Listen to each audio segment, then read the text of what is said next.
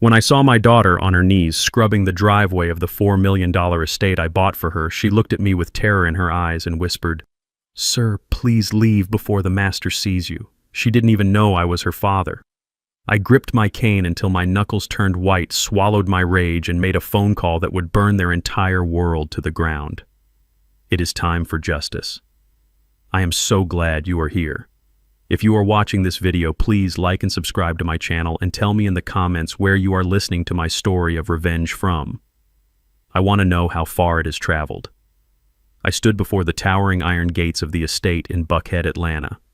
The late afternoon sun beat down on my neck, but I felt cold inside. My clothes were tattered, stained with the red dust of a decade spent in a foreign hell, and my beard was gray and matted. To anyone passing by, I looked like a beggar, a broken old man seeking a handout. But I felt like a king returning to a castle that had been stolen. This was the house I had purchased with cash 10 years ago, a gift for my only child to start her new life. $4 million of architectural perfection with sprawling lawns and white columns that gleamed in the southern heat. I pressed the intercom button with a trembling finger. There was no answer. I pressed again, harder this time. Finally, the heavy gates groaned and began to swing open. My heart hammered against my ribs like a trapped bird. I expected to see my daughter Nia perhaps running down the driveway, older, beautiful, radiant in the life I had provided for her. I expected tears of joy, a scream of disbelief, a hug that would put my broken pieces back together. Instead, a figure emerged from the side service door. She walked with her head down her shoulders, slumped in defeat, wearing a gray uniform that was 2 sizes too big and stained with bleach. She carried a heavy mop and a galvanized bucket. I squinted against the sun, trying to make sense of what I was seeing. The woman looked frail, her skin ashy and dry, her beautiful hair hidden under a cheap, rough scarf. She stopped 10 feet from the gate, refusing to make eye contact. I gripped the iron bars of the fence to keep from falling. "Nia," I rasped. My voice was rusty from disuse, cracking under the weight of emotion. "Is that you, baby girl?" The woman flinched as if I had thrown a stone at her. She looked up slowly, and I felt my soul crack down the middle. It was her. It was my Nia. But the light was gone from her eyes. A jagged pink scar ran across her forehead, a mark of violence that had not been there when I left. She looked at me not with love or recognition or even curiosity, but with absolute terror. She stepped back, raising the mop handle defensively, as if to shield herself from a blow. "Please go away," she whispered, her voice trembling and hoarse. "We do not have any money for you. The master does not like vagrants. Go before he sees you." I couldn't breathe. The master. My daughter, a woman who had graduated with honors, who had a spirit like wildfire, was speaking like a frightened servant in her own home. "Nia, look at me," I pleaded, reaching a hand through the bars, my fingers desperate to touch her. "It is Daddy. I am home. I did not die. Look at me." She shook her head violently, her eyes darting toward the main house windows in panic. "My father is dead," she recited, her voice flat and monotone like a robot programmed to speak. "He died in the crash 10 years ago. Everyone knows that. You are just a confused old man. Please leave. If Bennett sees you talking to me, I will lose my dinner privileges again." Dinner privileges. The words hung in the humid air like a toxic fog. My daughter, the heiress to a real estate empire, was worried about earning the right to eat in the house I paid for. Before I could scream, before I could tear the gate off its hinges, the aggressive roar of an engine cut through the silence. A silver Porsche 911 GT3 cornered the street at breakneck speed. It did not slow down as it approached the driveway. It aimed straight for the gate where Nia stood. She screamed a sound of pure, instinctual fear and threw herself into the sharp hedges to avoid being hit. The car skidded to a halt inches from the iron bars, dust coating my worn boots. The driver door flew open and Bennett Sterling stepped out. He looked exactly as I remembered him, only richer, sleeker, and crueler. He wore a linen suit that cost more than most people make in a year, and a gold watch glinted on his wrist. He marched over to the bushes where my daughter was cowering, trying to pull herself out of the thorns. "Get up, you useless animal," he roared. I watched, paralyzed by a mixture of shock and strategy, as he grabbed Nia by the arm and hauled her to her feet with unnecessary force. She whimpered, dropping the bucket. Dirty water splashed onto Bennett's Italian loafers. The air went silent. Bennett looked at his wet shoes, his face turning a deep shade of crimson. Then he looked at Nia. Without a word, without a second of hesitation, he backhanded her across the face. The sound was sickeningly loud, like a pistol shot. Nia fell to the gravel, curling into a ball, protecting her head with her thin arms. "I told you not to open the gate for trash." Bennett spat at her, looming over her shaking form. "Look what you made me do. Now my shoes are ruined. You will lick them clean later." I felt a heat rise in my chest that I had not felt since the days I fought for my life in the desert after the crash. My hands shook not from age, but from the colossal effort it took not to rush him. I wanted to crush his windpipe. I wanted to make him pay in blood. But I stopped myself. I looked at my reflection in the side mirror of his car. I was a 71-year-old man, leaning on a cane, looking frail, dirty, and broken. If I attacked him now, I would just be a crazy old homeless man assaulting a pillar of the community. The police would come. I would be arrested, or worse, institutionalized, and Nia would be left alone in this hell with no one to save her. I needed to be smart. I needed to get inside. I needed to know everything before I struck. Bennett turned his cold blue eyes toward me, wiping his hand on a silk handkerchief. "What are you looking at, old man?" he sneered, walking toward the gate. "You want a handout, get a job, or get lost before I call the cops?" I lowered my head, hiding the fire in my eyes. I hunched my shoulders, exaggerating my limp, making myself look smaller, weaker, harmless. "I do not want charity, sir," I said, making my voice quaver and pitch high. "The agency sent me. They said you fired your gardener and needed help. I work cheap. I have nowhere else to go." Bennett laughed, a cruel barking sound that grated on my ears. He looked me up and down, taking in my rags, my cane, my gray beard. "A gardener. You look like you belong in a grave. You think you can handle this estate?" He gestured grandly to the sprawling grounds, but then his eyes narrowed. He looked at the lawn, which I noticed was overgrown and neglected in the corners. He was cheap. I remembered that about him from when he was dating Nia. He loved luxury, but he hated paying for labor. He wanted slaves, not employees. How cheap, he asked, his greed piquing his interest. $10 a day and a place to sleep in the shed, I mumbled, staring at his shoes. "I just need a roof, sir.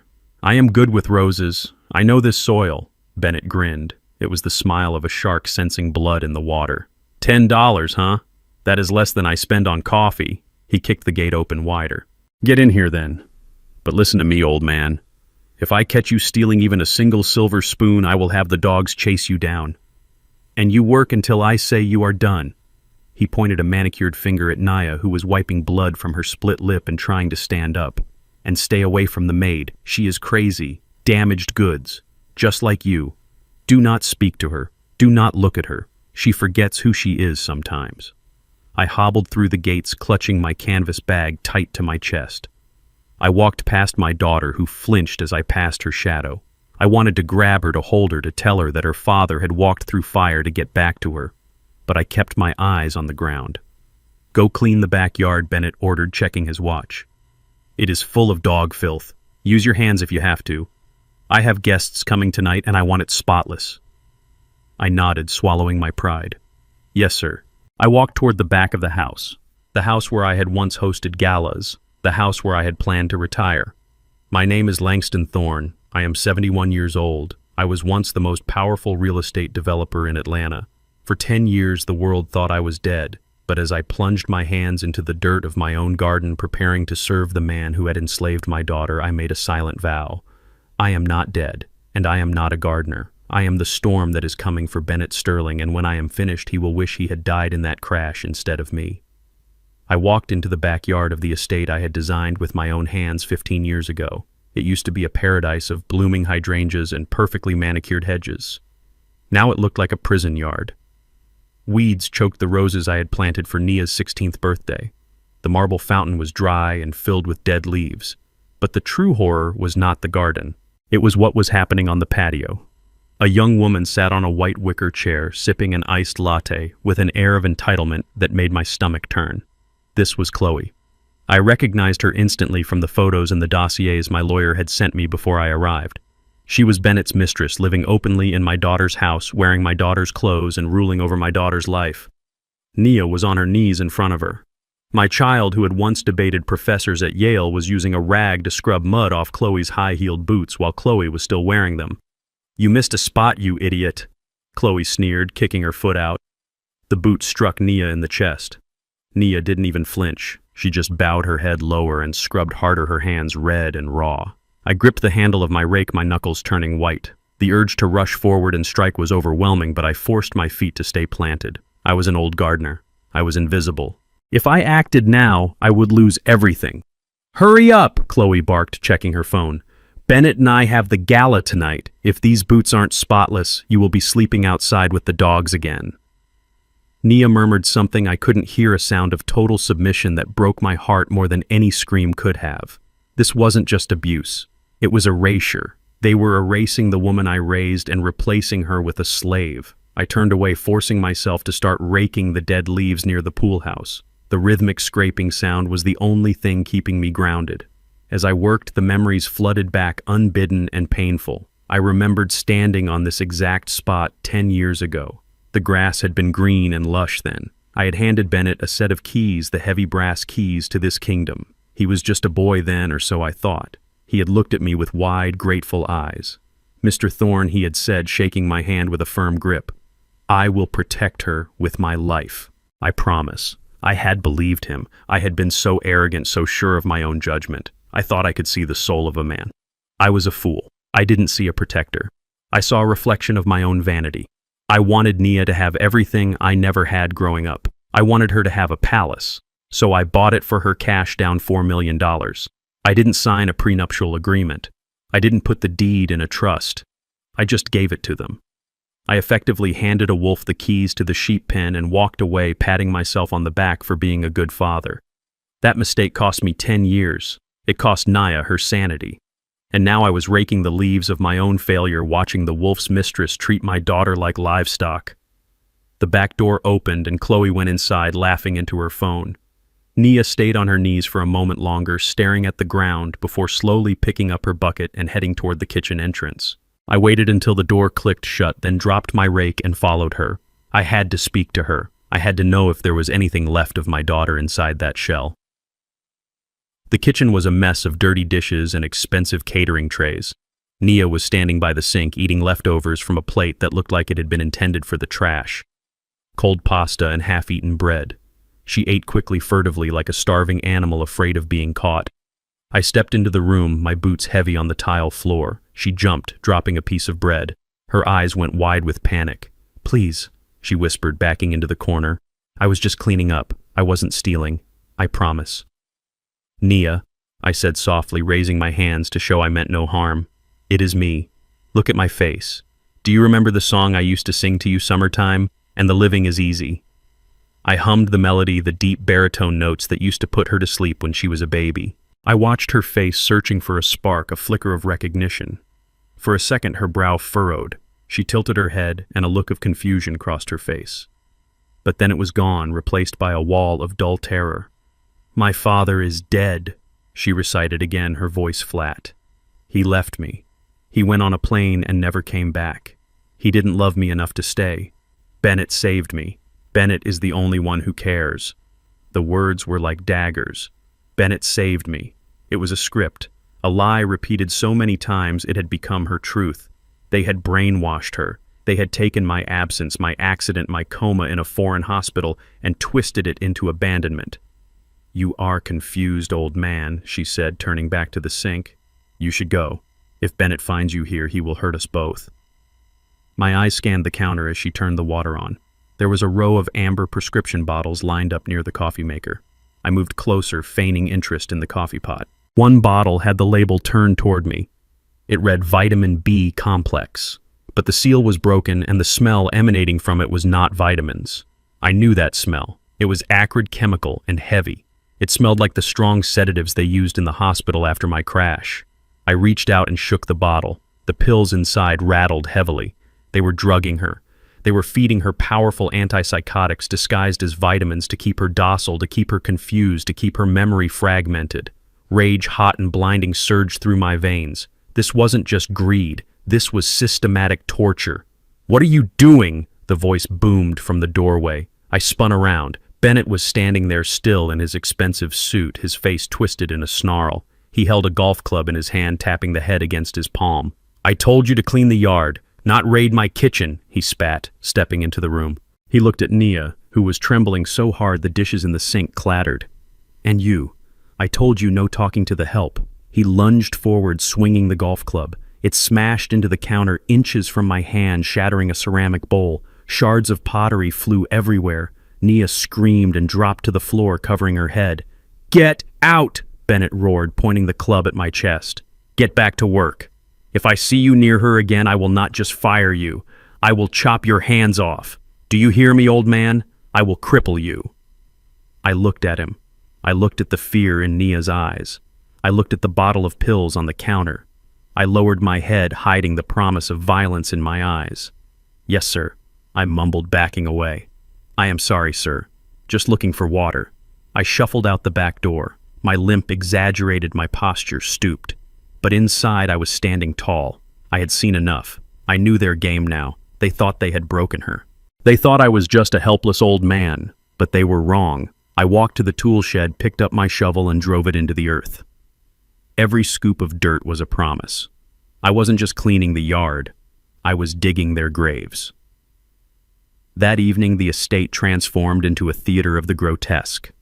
Luxury cars lined the driveway I had paved, and the air filled with the sound of a string quartet playing Mozart. I stood in the shadows of the grand ballroom wearing a stiff white server jacket that smelled of mothballs, holding a silver tray of champagne. My beard was trimmed just enough to look presentable, but my eyes remained lowered. To these people, I was furniture. I was a prop in their play of wealth and excess. Bennett stood in the center of the room holding a crystal tumbler of scotch like a scepter. He was surrounded by a circle of sycophants, men in tuxedos and women in diamonds that cost more than my daughter's freedom. I moved closer, silently weaving through the crowd to refill glasses, my ears straining to hear his voice. "It is a tragedy, really," Bennett was saying, his voice dripping with faux solemnity. "We tried everything to find him. Poor Langston. He insisted on that solo trip to the Congo, wanted to reconnect with his roots," he said. "We never even found the body, just some wreckage in the jungle. I declared him dead 2 years ago. It was the only way to move forward and secure the estate." A woman with a pearl necklace gasped, touching Bennett's arm. "You are a saint for taking on all this responsibility, Bennett. And what about his daughter? I heard she took it hard." Bennett sighed, a long, dramatic exhalation that made my blood boil. Took it hard is an understatement. Naya had a complete psychotic break. Schizophrenia, the doctors say, triggered by the abandonment. She thinks he is still alive sometimes. It is heartbreaking. I keep her here at the house because if I sent her to a facility, she would just rot away. I give her small tasks to keep her grounded. It is a burden, of course, but she is family. I am basically running a charity ward here. The group murmured their approval, raising their glasses to his generosity. I gripped the silver tray so hard the metal bit into my palms. He had turned my death into a cocktail party anecdote. He had turned my daughter's enslavement into an act of mercy. He was erasing our history and rewriting himself as the hero. I watched him laugh, his head thrown back, his teeth white and predatory. He looked like a king, but he did not know the king was standing right behind him, holding a tray of cheap champagne. I needed to disrupt this. I needed to test the limits of his control and see just how far he would go in front of an audience. Chloe was standing near the chocolate fountain, laughing at something Bennett had said. She was wearing a white silk gown that clung to her like a second skin. It was pristine. It was expensive, and it was the perfect target. I moved with the slow, shuffled gait of the elderly gardener I was pretending to be. I waited for the perfect moment when the laughter was loudest, when eyes were diverted. As I passed behind Chloe, I allowed my foot to catch on the edge of the rug. It was a calculated stumble. I pitched forward just enough. The tray tilted. 3 flutes of red wine slid off the silver surface. They hit Chloe's shoulder and shattered, cascading a river of dark crimson liquid down the front of her white dress. The silence that followed was instant and absolute. The music seemed to stop. Chloe looked down at her ruined gown, her mouth opening in a silent scream before the sound finally ripped from her throat. "You stupid old fool," she shrieked, shoving me backward. "Look what you did. This is vintage Valentino." I cowered, exaggerating my trembling, dropping the tray with a loud clang. "I am sorry, Ma, I stammered, my voice high and thin. I tripped. My legs are not what they used to be. Bennett was on me in a second. His face was a mask of pure, unadulterated rage. The charming host vanished, replaced by the abuser. He grabbed me by the collar of my jacket, hauling me up onto my toes. "You clumsy piece of filth," he hissed, his spit hitting my face. "I should kill you right here." He raised his hand, his fist clenched, ready to strike me down in front of 50 witnesses. I tensed my muscles, ready to take the blow, ready to let the guests see the monster beneath the suit. But the blow never landed. A blur of gray motion threw itself between us. It was Naya. She had been collecting empty glasses in the corner, but seeing me in danger, she had sprinted across the room. She threw her thin body in front of mine, shielding me with her own fragile frame. "No," she screamed, her voice raw and terrified. "Do not hit him, Bennett. He is old. He did not mean it. Please. Hit me instead. It was my fault. I distracted him. Please, master, do not hurt him." The room gasped. The guests shifted uncomfortably. Nia was trembling violently, her hands raised to protect her face, a reflex born of 1,000 beatings. She did not know I was her father. She only knew that she had to protect the weak because no one had ever protected her. Bennett froze. He looked around the room, realizing his mask had slipped. He saw the shock in the eyes of his guests. He needed to regain control. He needed to change the narrative. He lowered his hand, slowly smoothing his jacket. He let out a cold, dry laugh. "You see," he said, addressing the crowd while pointing at Nia. "This is the illness I was talking about. The hysteria. The delusions. She thinks everyone is attacking everyone." He grabbed Nia by the hair, not hard enough to look like an assault to the untrained eye, but hard enough to control her. He pulled her upright. "Come on, Nia," he said, his voice tight with suppressed violence. "You need your medication. You are having an episode. Chloe, go get changed. I will handle the staff." He began to drag Nia toward the service door. She did not fight him. She just looked back at me, her eyes filled with tears, and whispered, "Run." I watched them leave the ballroom. The guests awkwardly returned to their conversations, desperate to ignore the ugliness they had just witnessed. But I did not stay. As soon as the heavy oak doors swung shut behind Bennett and Nia, I slipped out the side exit. I moved through the shadows of the garden, circling the house until I reached the small ventilation grate near the storage room. It was a windowless concrete box where they kept cleaning supplies. I knew it well. I had designed it as a storm shelter. Now it was a torture chamber. I pressed my ear against the cold brick wall. At first there was silence. Then I heard the heavy thud of a body being thrown against shelves. "You embarrassed me." Bennett's voice was muffled but clear. "I give you a roof over your head. I feed you and you make a scene in front of the senator." "I am sorry," Nia sobbed. "I just didn't want you to hurt the old man." "You care about the old man," Bennett sneered. "Good. Then you take his punishment." Then came the sound. It was a sound that will haunt me until my dying day. The sharp whistle of a leather belt cutting through the air, followed by the sickening, wet crack of impact against flesh. 1. Naya did not scream. That was the worst part. She whimpered a low, guttural sound of endurance. She was used to this. 2. I fumbled in my pocket for the burner phone I had bought at the airport. My hands were shaking not from fear, but from a murderous rage that threatened to black out my vision. I pressed the record button and held the phone up to the grate, capturing every thud, every whimper, every curse Bennett spat at my child. 3. I have to be quiet, Bennett hissed. The guests might hear. Bite down on this. I heard a shuffling sound, then a muffled choking noise.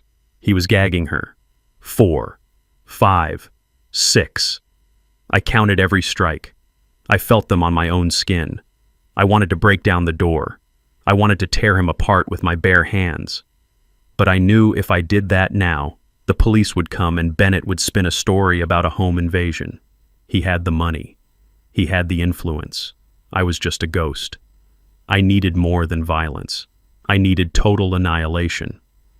I pulled the phone away from the grate after the 10th blow. The silence that followed was heavy and broken only by Nia's jagged breathing. I walked away from the house, my steps heavy, my heart turning to stone. I went to the edge of the property where the old oak tree stood, the only living thing that remembered who I really was. I dialed a number I had memorized 10 years ago. It rang once, twice. Langston, a voice answered. It was Alistair Wright, my lawyer, my oldest friend. His voice was thick with sleep and disbelief. "Is that really you?" "It is me, Alistair. I said, my voice devoid of any emotion except cold, hard resolve. I am alive, and I need you to wake up, Langston. My God, we thought you were the accounts, the business, everything is. Stop, I interrupted him. Listen to me very carefully, Alistair. I am activating the Phoenix Protocol. There was a pause on the other end. The Phoenix Protocol was a contingency plan we had designed decades ago, a scorched earth legal strategy reserved for the absolute worst-case scenario. It meant total liquid asset mobilization, aggressive hostile takeovers, and the destruction of enemies by any means necessary. The Phoenix Protocol. Alistair repeated, his voice dropping to a whisper. Langston, what is happening? They have my daughter Alistair, I said, looking back at the house that glowed like a beacon of evil in the night. They enslaved her. They tortured her.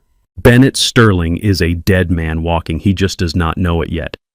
I want everything, Alistair. I want Bennett's financial history going back to the day he was born. I want his debts, his secrets, his mistresses. I want to know who holds the mortgage on this house. Bennett holds the title, Alistair said. He forged the transfer documents years ago. Good, I said. Then I want you to buy the bank that holds his loans. I want you to buy the security firm that guards this estate. I want you to buy the very air he breathes.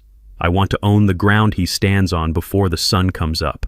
Consider it done, Alistair said, the steel returning to his voice. And Langston, welcome home. I hung up the phone. I looked at my hands. They were dirty, calloused, and shaking. But they were no longer the hands of a gardener. They were the hands of Langston Thorne. And tomorrow morning Bennett Sterling would find out that he had been beating the daughter of a man who could buy his life with pocket change. The roar of Bennett's Porsche fading down the driveway was the sound of opportunity I had been waiting for. It was Saturday morning. Bennett had a tea time at the country club, and Chloe had an appointment at a medical spa to inject more poison into her face. The estate was silent for the first time in 24 hours. I did not waste a second. I dropped my rake near the back porch and slipped through the kitchen door using the spare key I had hidden under a loose stone in the patio wall 15 years ago. Bennett was arrogant, but he was also lazy. He had never changed the locks because he believed he owned the world and no one would dare touch what was his. I moved through the house like a phantom. The air inside was stale and smelled of stale cigar smoke and Chloe's cloying perfume. It was a desecration of the home I had built. I went straight to my old study on the ground floor. This was the nerve center of my empire before the crash. The heavy mahogany desk was still there, but it was covered in ring stains from Scotch glasses and piles of unpaid bills. I walked to the bookshelf and pulled the copy of Moby Dick that concealed the wall safe. My hands trembled slightly as I punched in the combination. Right 30, left 10, right 4. It was Nia's birthday. The mechanism clicked. The heavy steel door swung open. My heart sank. It was empty. The deeds to my properties, the original stock certificates, the emergency cash reserves, and most importantly, the trust fund documents for Nia were gone. The safe had been gutted. Bennett had not just taken over, he had erased me. I ran my hand inside the cold metal box, feeling for anything he might have missed. My fingers brushed against a single piece of paper stuck to the back wall. I pulled it out. It was a pawn shop receipt dated 2 years ago. Item description, vintage diamond necklace. Value $5,000. That necklace was my wife's. It was worth $50,000. She saw it. He had sold my late wife's legacy for quick cash to fund his gambling habits. I crushed the receipt in my fist. He was not just a thief. He was a scavenger, picking the meat off the bones of my family. I turned to leave the study, my mind racing with plans to hunt down every single item he had stolen when a floorboard creaked behind me. I spun around. Nia was standing in the doorway. She was trembling so violently that her teeth chattered. In her right hand, she gripped a long, serrated fruit knife. Her knuckles were white around the handle. Her eyes were wide and glassy, dilated from the drugs they were forcing down her throat, but filled with a terrifying, frantic energy. "You are a thief," she whispered, her voice hitching. "You broke in. I saw you. You are stealing from the master." Nia put the knife down, I said, keeping my voice low and calm. "I am not stealing. This is my house." "Liar!" she screamed, lunging forward. The knife slashed through the air inches from my chest. "Get out! Get out before I call him. He will kill me if he finds out I let a thief in. He will put me in the box again." She slashed again, more desperate this time. She was not attacking me out of malice. She was attacking me out of survival instinct. She was terrified that if Bennett found a stranger in the house, she would be the one to pay the price. "Nia, listen to me," I said, stepping back until my legs hit the desk. "I am not a stranger. I am your father. I am Langston." "No," she wailed, raising the knife for a third strike. "My father is dead. He died in the jungle. He left me. You are just a dirty old man." She lunged. I caught her wrist mid-air. She was weak, frail from malnutrition, but adrenaline gave her strength. We struggled. The knife tip hovered inches from my throat. I could see the terror in her eyes, the absolute belief that she was fighting for her life. I had to break through the programming. I had to shock her back to reality. I used my free hand to rip open the collar of my work shirt. I exposed my left shoulder. There, carved into the dark skin, was a jagged white scar shaped like a lightning bolt. It was a souvenir from a construction accident when I was 20, but to Nia, it had always been a story. "Look at it, Nia!" I roared, pushing my shoulder toward her face. "Look at the lightning. Who told you the story of the lightning man? Who let you color this scar with your purple crayons when you were 5 years old? Look at it."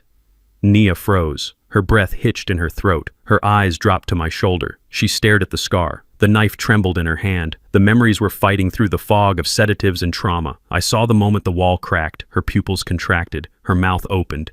"Daddy," she whispered the word, barely a breath. "Yes, baby girl. It is me. Purple crayon," she murmured. I used the purple one because it was magic. The knife clattered to the floor. Her legs gave out.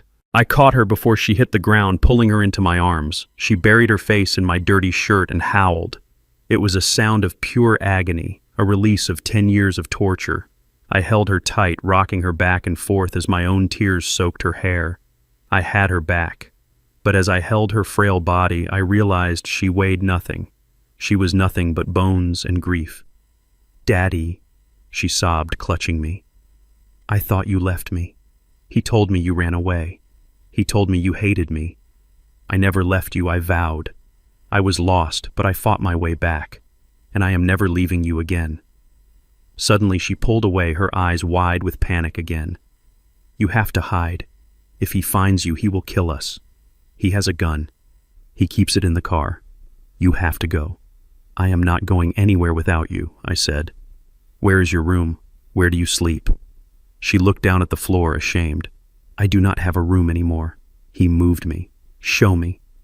She led me out of the study and toward the kitchen, but we did not stop there. She opened the narrow door to the pantry and pulled a hidden latch I had installed years ago for maintenance access to the furnace. A set of wooden stairs led down into the darkness. "Down there," she whispered. I followed her down into the bowels of my own home. The air grew cold and damp. The smell hit me first. It was the stench of mildew, unwashed clothes, and human misery.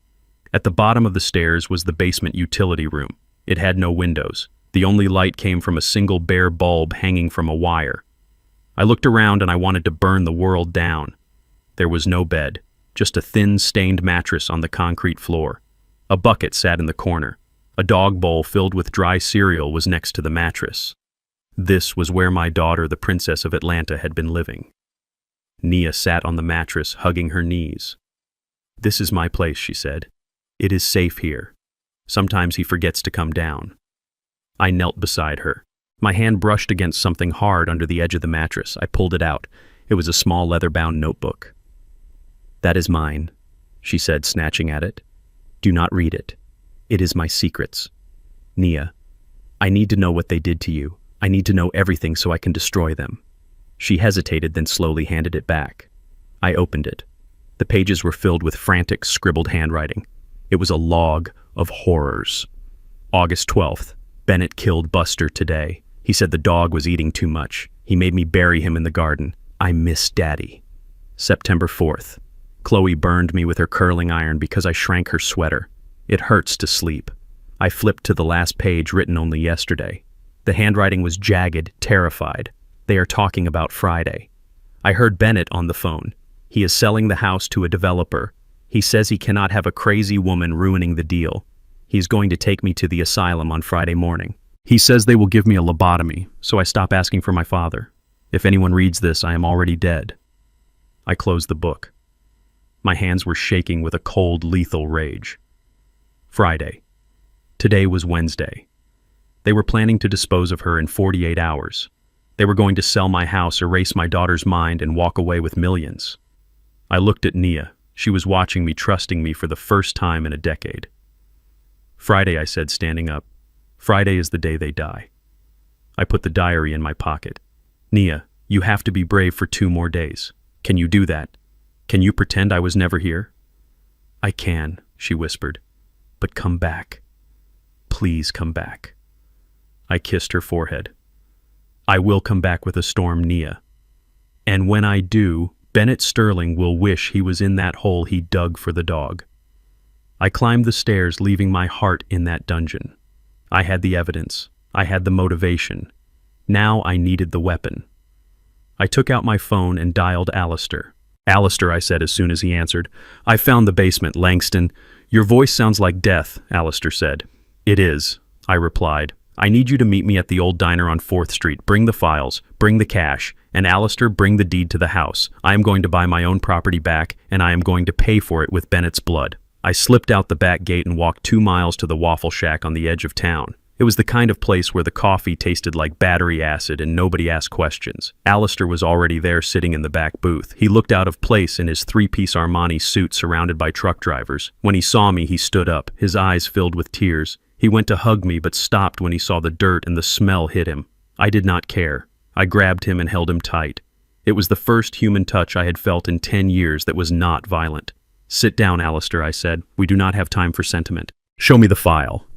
Alistair wiped his eyes and opened his leather briefcase. He slid a thick dossier across the sticky table. It is worse than we thought, Langston, he whispered. Bennett is not just a thief. He is a drowning man. I flipped through the pages. My eyes widened. Bennett owed $2 million to the Black Hammer Syndicate. They are the most vicious loan sharks in Atlanta. He borrowed against the house using a forged power of attorney. And the money, where did it go? Alistair pointed to a spreadsheet. Crypto scams, online gambling, and her. He slid a photo of Chloe across the table. He spent $300,000 on her in the last 6 months alone. Plastic surgery, designer clothes, a leased condo downtown. He is bleeding your estate dry to keep his mistress happy while your daughter starves in the basement. I felt the cold rage settle in my gut. He was selling the house on Friday not to move on but to pay off a death warrant. If he did not have the cash by the weekend, the sharks would kill him. That is why he is desperate. That is why he needs Nia gone. Alistair reached for his phone. I will call the FBI right now. We have enough for fraud, embezzlement, and elder abuse. No, I said, slamming my hand down on the file. No police. Not yet. Alistair looked at me like I was crazy. Langston, he is torturing her.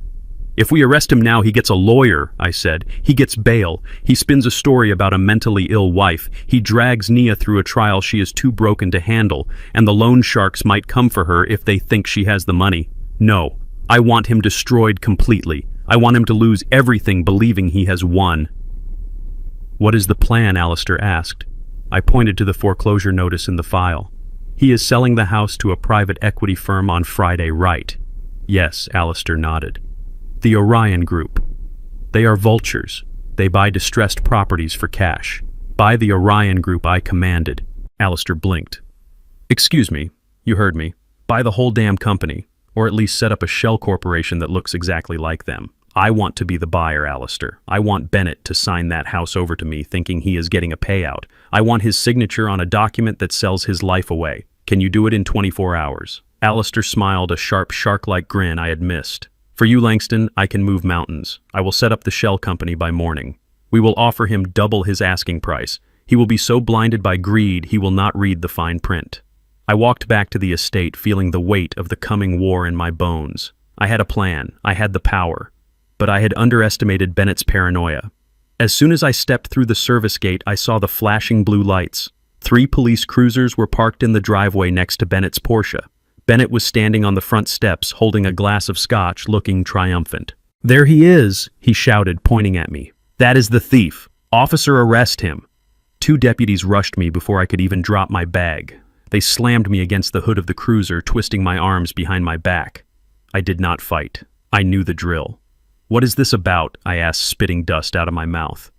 We found it in his bunk. Bennett said, walking down the steps. He held up a gold Rolex watch. My Rolex, worth $50,000. I knew this old vagrant was trouble the moment I hired him. I found it wrapped in his dirty rags in the garden shed. It was a lie, a clumsy, obvious frame job. He had planted it there while I was meeting Alistair. He wanted me gone. I had seen too much in the kitchen. I had spoken to Nia. He was cleaning house before the sale on Friday. Search him, the officer barked. They patted me down. They found the diary. Nia's diary. The officer pulled it out and handed it to Bennett. What is this? Bennett asked, flipping it open. His face went pale as he read the first page. Then a slow, cruel smile spread across his face. Oh, I see. He has been stealing my poor wife's journals too. A sick old pervert obsessed with a mentally ill woman. Take him away, officers. Get this filth off my property. I looked up at the second-floor window. Nia was there. Her hands were pressed against the glass. She was screaming, but the sound was trapped behind the double-pane windows. She looked terrified. She thought I was leaving her. She thought I had failed. I locked eyes with Bennett. He expected me to beg. He expected me to cry and plead for mercy like a frightened old man. Instead, I stopped struggling. I straightened my spine as much as the handcuffs allowed. I stared into his soul with the cold, dead eyes of a man who had survived a plane crash and 10 years in hell. I smiled. It was not a nice smile. It was the smile of a predator looking at prey. Bennett's smirk faltered. He took a step back, unsettled by the intensity of the gardener's gaze. Enjoy the watch, Bennett, I said, my voice low and steady. Time is running out. The officer shoved me into the back of the car. As we drove away, I did not look back at the house. I looked forward. Going to jail was not a setback. It was part of the education. I needed a haircut and a shave anyway. And when I walked out of that cell, I would not be the gardener anymore. I would be the executioner. The steel door slammed shut with a sound like a gunshot echoing through the concrete belly of the Fulton County Jail. The air inside the holding cell was thick and stagnant, smelling of unwashed bodies, industrial disinfectant, and stale urine. I looked around. There were 12 men in a cage built for 6. Most were sleeping on the metal benches or pacing the small floor, but in the corner a group of 3 sat playing cards. They stopped as I entered. They looked at my gray beard, my dirt-stained work clothes, and my cane. To them, I was just fresh meat, a week-old stray dog thrown into the wolf pit. I limped to the only empty spot on the bench and sat down, resting my hands on my cane. I closed my eyes and focused on my breathing. I had spent 10 years in a place where the mosquitoes carried malaria and the water could kill you in an hour. A county jail in Atlanta was a vacation. Hey, Pops. The voice was deep and gravelly. I opened my eyes. The largest of the card players was standing over me. He was a mountain of a man, easily 6'4", with tattoos climbing up his neck like ivy. He pointed at my boots. Those are nice work boots for a homeless guy. Size 12, right? Take them off. I need new shoes. I looked at him calmly. I looked at the scar running down his cheek and the crude prison ink on his knuckles. He was used to intimidation. He was used to fear. I did not feel fear anymore. I only felt patience. I need my boots, son, I said, my voice low and raspy. Go sit down. The cell went silent. The other prisoners sat up watching. The giant laughed a dry, humorless sound. He reached down and grabbed my collar, hauling me to my feet. I dropped my cane. It clattered loudly on the concrete floor. You do not tell me what to do, old man, the giant hissed, his spit hitting my face. I run this tank. Now give me the boots or I will break your legs and take them off your corpse. He pulled back a fist the size of a ham. He expected me to cower. He expected me to beg. Instead, I moved. I did not move like a 71-year-old man. I moved like a survivor who had fought off scavengers in the jungle with nothing but a sharpened stick. As he threw the punch, I stepped inside his guard. I did not try to block his strength. I used it. I grabbed his wrist with my left hand, and with my right hand I drove my thumb hard into the soft pressure point just beneath his jawline, right into the carotid sinus. It was a technique I learned from a mercenary in the Congo. It disrupts the blood flow to the brain instantly. The giant's eyes rolled back in his head. His knees buckled. I guided him down as he collapsed, dropping him onto the metal bench like a sack of wet cement. He gasped for air, clutching his neck, paralyzed by the sudden drop in blood pressure. I picked up my cane and tapped it gently against his shin. I said, I need my boots, I whispered, leaning close to his ear. Do not make me take yours. I sat back down. The giant groaned on the floor, trying to remember how to breathe. The other prisoners stared at me with wide, terrified eyes. Nobody said a word. Nobody moved. I closed my eyes again. I was not trapped in there with them. They were trapped in there with me. For the next 2 hours, the cell was the quietest place in Atlanta. I meditated on the image of Bennett Sterling's face when I had smiled at him from the police car. He thought he had won. He thought he had thrown out the trash. He had no idea he had just handed me the time I needed to sharpen my blade. The sound of the heavy lock disengaging broke the silence. A deputy opened the door. "Thorne," he barked. "You made bail. Let us go." I stood up. I walked past the giant, who scrambled backward on the floor to get away from me. I walked out of the cell with my head high. In the processing area, Sheriff Miller was waiting. He was a portly man with a red face and eyes that shifted too much. He was on Bennett's payroll. I knew it because Alistair had found the wire transfers disguised as consulting fees. Miller was leaning against the counter, smirking. "Look who it is," he said, chewing on a toothpick. "The gardener who likes to steal Rolexes. You have got friends in high places, old man. I do not know who posted your bail, but do not get comfortable. You are facing grand larceny. You are going to die in prison." Alistair Wright stepped out from the shadows of the waiting area. He was wearing a charcoal gray suit that cost more than the sheriff made in 3 months. He held a leather briefcase, and his expression was as sharp as a razor. "Sheriff Miller Alistair," said, his voice smooth and dangerous. "My client is not going to prison, and he is not a gardener." Miller laughed. "He is a bum. Look at him. He smells like a landfill. Bennett Sterling told me all about him. A senile old drifter obsessed with his wife. I should have lost his paperwork and left him in the hole for a week." Alistair walked up to the counter. He did not raise his voice. He simply reached into his jacket pocket and pulled out a single heavy card. It was gold-plated. He slid it across the counter. Sheriff Alistair said, "I suggest you look at the name on that card. And then I suggest you check the public records regarding the mortgage on your lake house, the one you bought last year with cash you cannot account for." Miller picked up the card. He read the name. Langston Thorne, founder and CEO, Thorne Global Holdings. He looked at me. He looked at the tattered man he had mocked. His face drained of color, his mouth opened, but no sound came out. "The bank that holds your mortgage," Alistair continued relentlessly, "was acquired by Thorne Holdings at 9 a.m. this morning, along with the debt on your wife's car and your son's tuition loans. Mr. Thorne is now your creditor sheriff, and he is not a forgiving man." I stepped forward, leaning on the counter until my face was inches from Miller's. I saw the sweat bead on his forehead. I saw the fear in his eyes. "I want my personal effects, Sheriff," I said softly, "and I want the recording of my booking erased. If I see your face near my property again, I will foreclose on your life. Do we understand each other?" Miller nodded frantically, his arrogance evaporating like mist. "Yes, sir. Right away, sir." He scrambled to get the envelope with my wallet and the diary. He handed them to me with trembling hands. We walked out into the bright Atlanta sunshine. The air tasted sweet. Alistair opened the door of a black sedan that was waiting at the curb. "Where to, Langston?" Alistair asked as we settled into the leather seats. "Do we go to the police?" "No," I said, looking at my reflection in the window. The dirty, broken old man stared back at me. "Not yet.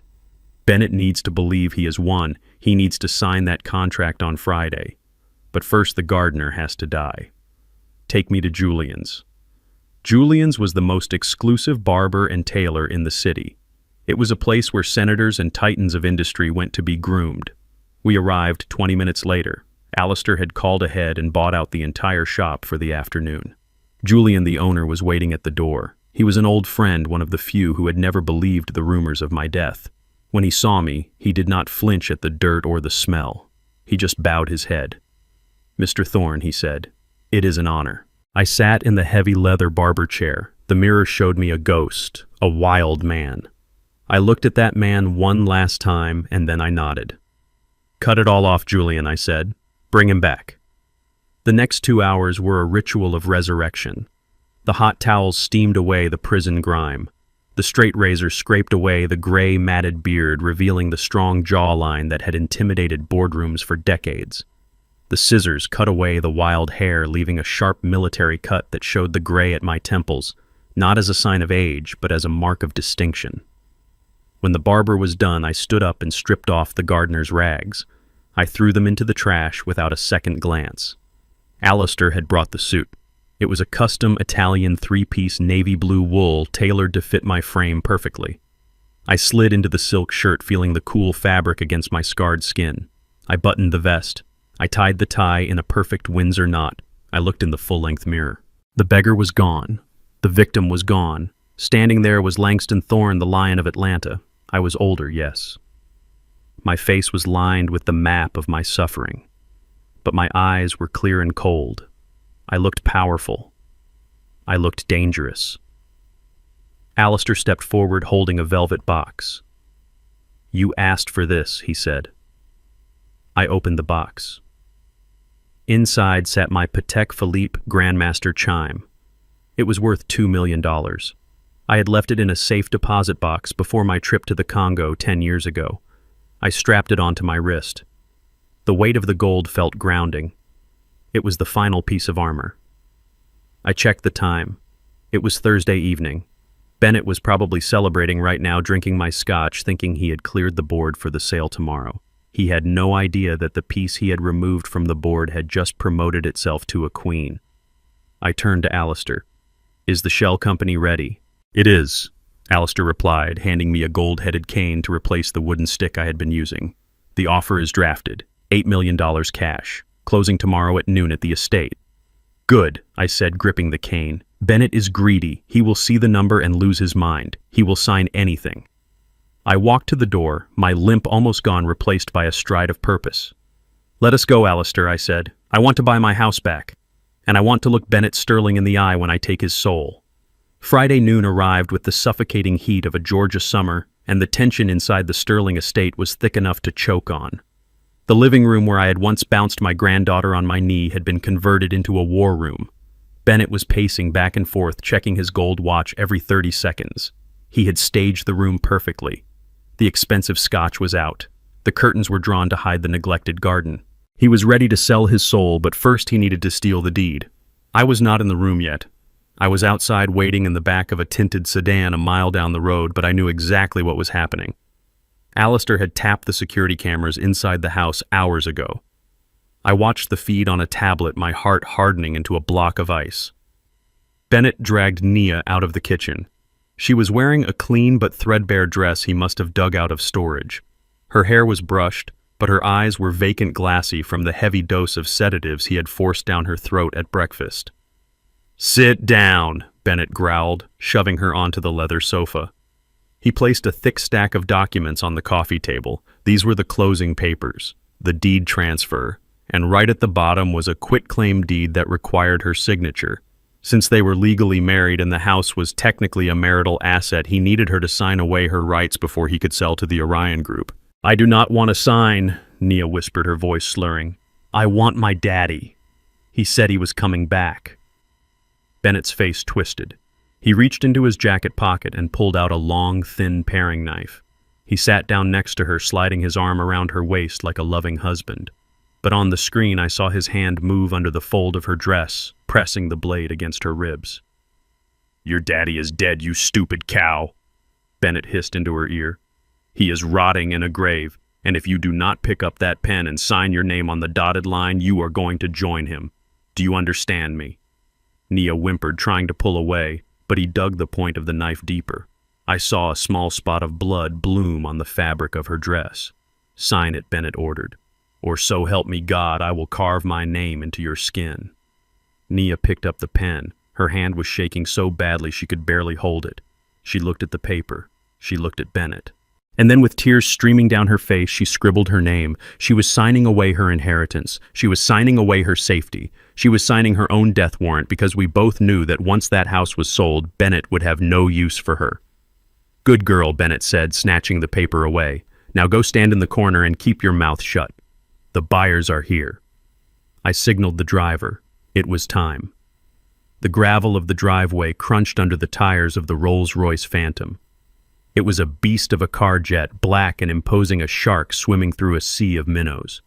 Alistair had pulled it from his private collection for this exact moment. We pulled up to the front steps right behind Bennett's leased Porsche. The contrast was brutal. The Porsche looked like a toy next to the Rolls-Royce. My driver, a massive former Special Forces operative named Marcus, stepped out and opened the rear door. I stepped out into the sunlight. The transformation was complete. The gardener was dead. In his place stood a man in a $10,000 bespoke Italian suit. My shoes were polished to a mirror shine. My beard was gone, replaced by a sharp jawline that had not seen the sun in a decade. I wore dark sunglasses that hid my eyes and gripped a cane topped with a golden dragon head. I did not look like a victim. I looked like money. Old, dangerous money. Bennett opened the front door expecting a team of corporate lawyers in gray suits. Instead, he saw me. He froze.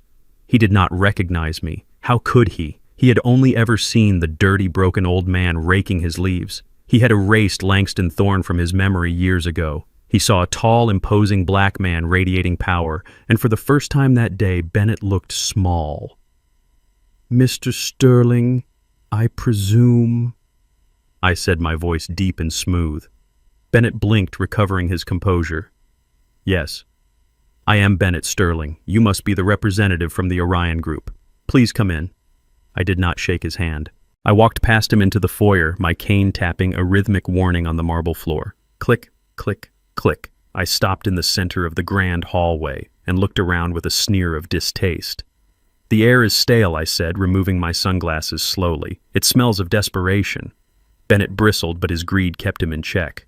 "We have had some issues with the ventilation," he stammered, closing the door. "But the structure is sound. $4 million is a steal for this location." I turned my cold gaze on him. "I am not here to steal, Mr. Sterling. I am here to acquire, and I do not pay $4 million for anything. I pay for value." I walked into the living room. Chloe was there now, sitting on the arm of the sofa, trying to look elegant but failing miserably. She looked at me, and I saw her eyes widen. She smelled the wealth on me like a bloodhound, but my eyes went straight to the corner. Nia was standing there, her hands clasped in front of her, looking at the floor. She looked broken, but as I entered, she lifted her head. Our eyes met. I saw the confusion clouding her face. She saw the suit. She saw the power. But then she looked at my left hand resting on the cane. She saw the way my ring finger twitched, a habit I had never been able to break. Her breath hitched. She took a tiny step forward. I hardened my gaze. "Not yet, baby girl. Not yet." I turned my back on her, facing Bennett. "This house has bad energy," I declared, waving my hand dismissively. "The feng shui is atrocious. It feels like a prison." Bennett laughed nervously. "We can remodel. The bones are good." "I am not interested in bones," I said. "I am interested in history. My investors are looking for a property with a soul. But this place, it feels like someone died here." Bennett paled. "Actually, my father-in-law built this place. He passed away tragically." "I know," I said. I did my due diligence. Langston Thorne, a great man. It is a shame his legacy ended up in the hands of a man who sells his wife's jewelry to pay gambling debts. Bennett stopped breathing. The room went dead silent. "How do you know that?" he whispered. "I know everything, Mr. Sterling," I said, stepping closer to him until I was looming over him. "I know about the loan sharks. I know about the $2 million due by midnight. I know that if you do not walk out of here with a check today, you are a dead man." Bennett was trembling now, sweat beading on his forehead. "Who are you?" "I am the solution to your problems," I said. I pulled a checkbook from my inner pocket. I opened it and uncapped a gold fountain pen. "You are asking $4 million, I said, "but I am in a hurry, and I do not like negotiations. I will give you $8 million. Bennett's eyes almost popped out of his head. Chloe gasped, covering her mouth. $8 million. It was enough to pay his debts, buy a new life, and disappear. It was freedom. 8, he choked out. "You are serious." "Cash," I said. "Today, right now. But I have one condition." "Anything," Bennett said, his voice trembling with avarice. "The furniture, the art, take it all." "I do not want your furniture," I said with disgust. I pointed the head of my cane at the corner of the room. I pointed straight at Nia. "I want the help," I said. Bennett blinked, confused. "The maid." "Yes," I said. "I hear she has been here since the beginning. She knows the house. She knows the secrets. She knows where the bodies are buried, so to speak. My investors like continuity. I will buy the house for $8 million, but only if the servant comes with the deed. Bennett looked at Nia. He looked at me. He did not hesitate. He did not even blink. There was no conflict in his soul because he did not have one. He saw a woman he had vowed to love and cherish, and he saw $8 million. It was the easiest choice of his life. She is crazy, he said quickly, dismissively. She is damaged. She forgets things. That is fine, I said. I like damaged things. They are easier to fix. Do we have a deal, Mr. Sterling? The house and the girl for $8 million? Bennett grinned. It was a grotesque sight. Take her, he said. She is yours. Just write the check. I looked at Nia. A single tear rolled down her cheek. She had just watched her husband sell her like a piece of livestock. But she did not scream. She looked at me, and in her eyes I saw a flicker of hope. She knew. Somewhere deep inside the fog, she knew that the monster had just handed her over to the only person who would burn the world to save her. I wrote the check. I signed it with a flourish using the name of the shell company. I tore it out and held it up.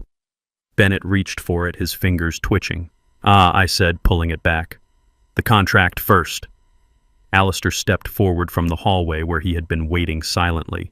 He placed the heavy leather binder on the table. Sign here, Mr. Sterling, Alistair said.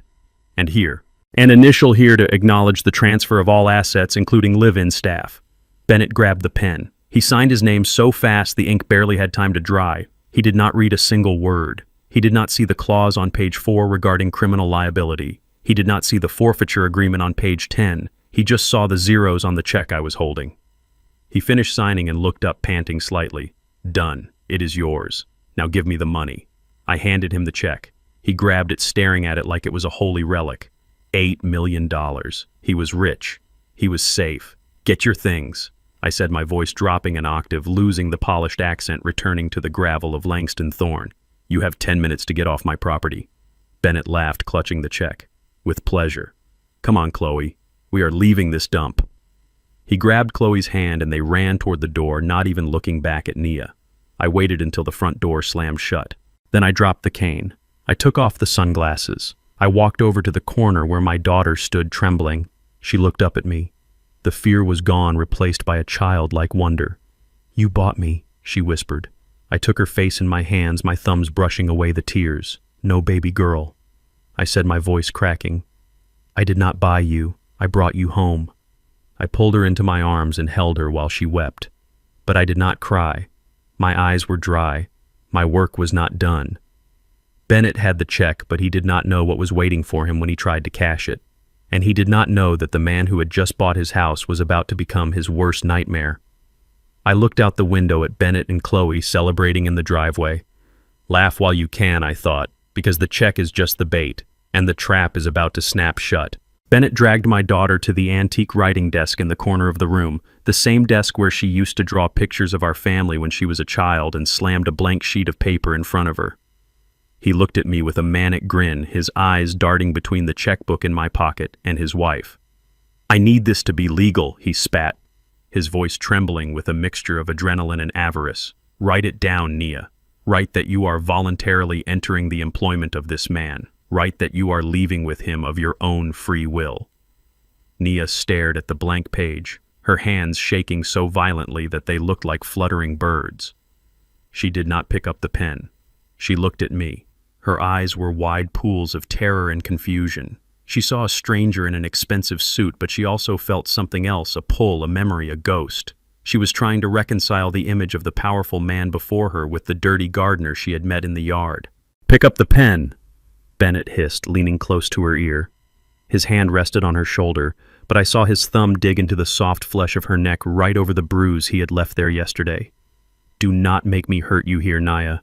Not in front of the guests. Sign the paper and you never have to see me again. Sign the paper and you are free. Free. The word hung in the air like a taunt. He was selling her into what he thought was slavery to a stranger, yet he called it freedom. It was the ultimate gaslighting. Nia picked up the heavy fountain pen. It was gold-plated, engraved with my initials LT. Bennett had stolen it from my safe years ago, and now he was forcing my daughter to use it to sign away her life. She held it awkwardly, her fingers stiff from scrubbing floors and washing clothes in cold water. She looked at the paper. She hesitated. I remembered teaching her to write her name. I remembered sitting at this very desk, holding her small hand, guiding the loops of the N and the dot of the I. I had told her then that her signature was her bond, that it was the most valuable thing she owned because it represented her word. Do not sign anything you do not believe in, Nia, I had said. She lowered the pen. She looked at Bennett and shook her head, a tiny, imperceptible movement. No, she whispered. I am a thorn. I do not belong to anyone. Bennett's face turned a violent shade of purple. He forgot about the money for a second. He forgot about me. All he saw was defiance from a creature he thought he had broken. He raised his hand, ready to strike her right there in the middle of the closing. I slammed the head of my dragon cane onto the marble floor. The sound was like a gunshot. Mr. Sterling, I boomed, my voice filling the room.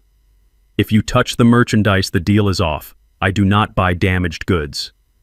Bennett froze his hand in midair. He looked at me then at the $8 million check I was holding. He lowered his hand, slowly smoothing his hair. He forced a smile that looked more like a rictus of pain. Of course, he said, panting. She is just being difficult. She is confused.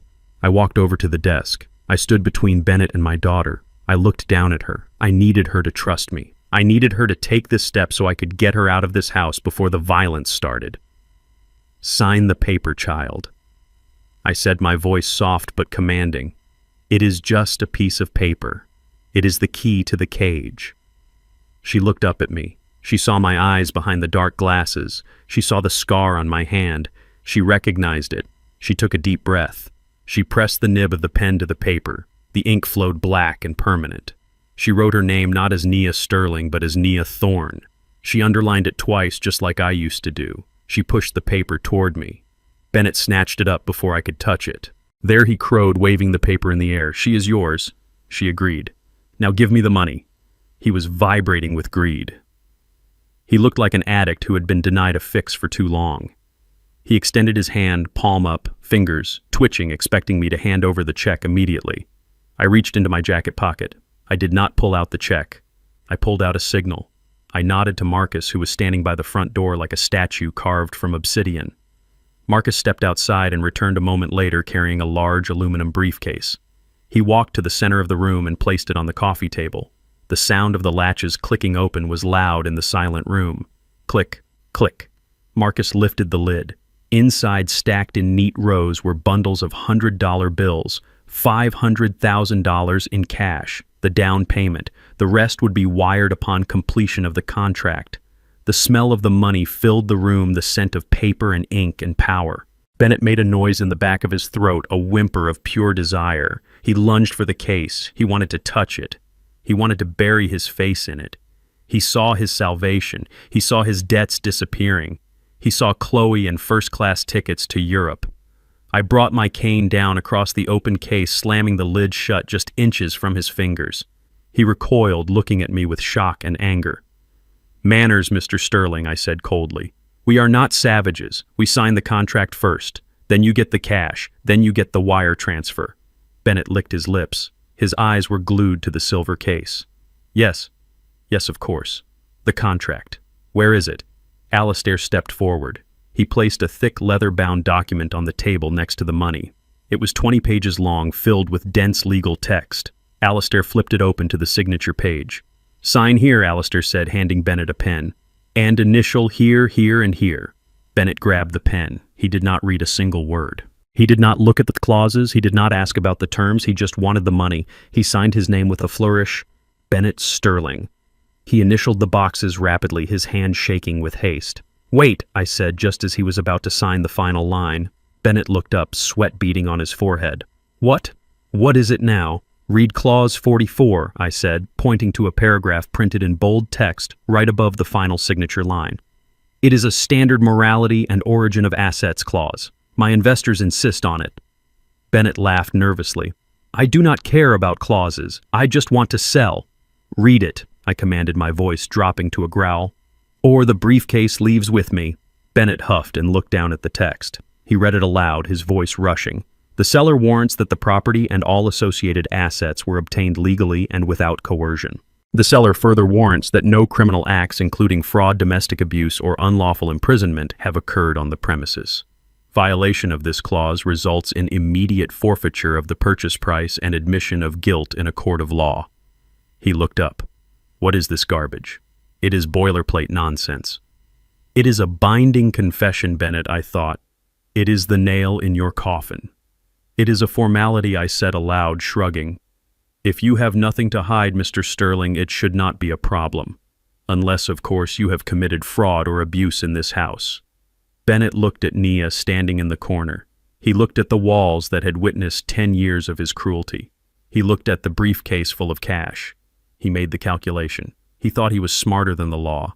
He thought he could take the money and run before anyone figured out what he had done. He thought the old man in front of him was just a stupid investor. I have nothing to hide, he lied, looking me straight in the eye. Then sign it, I said. Bennett lowered the pen. He pressed the tip against the paper. This was it. The moment he signed, he was not just selling a house.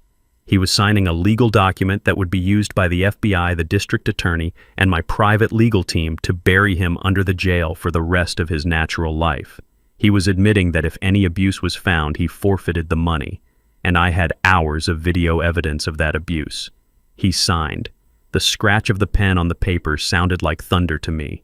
He finished the signature with a sharp line. He dropped the pen and looked at me triumphantly. Done, he said. It is signed. The house is yours. The girl is yours. Now give me the money. I reached out and took the contract. I handed it to Alistair, who immediately placed it in his briefcase and locked it. The trap was sprung. The steel jaws had snapped shut around Bennett's leg, and he did not even feel the pain yet. I looked at Bennett. I looked at the sweat on his upper lip, the greed in his eyes, the arrogance that radiated off him like heat. I looked at my daughter, who was watching me with held breath, waiting for the signal. I picked up the aluminum briefcase. I felt its weight. I held it out to Bennett. He reached for it with both hands, his face breaking into a wide, ecstatic grin. I pulled it back slightly. Release her, I said. Bennett blinked. What? Tell her she is free, I commanded.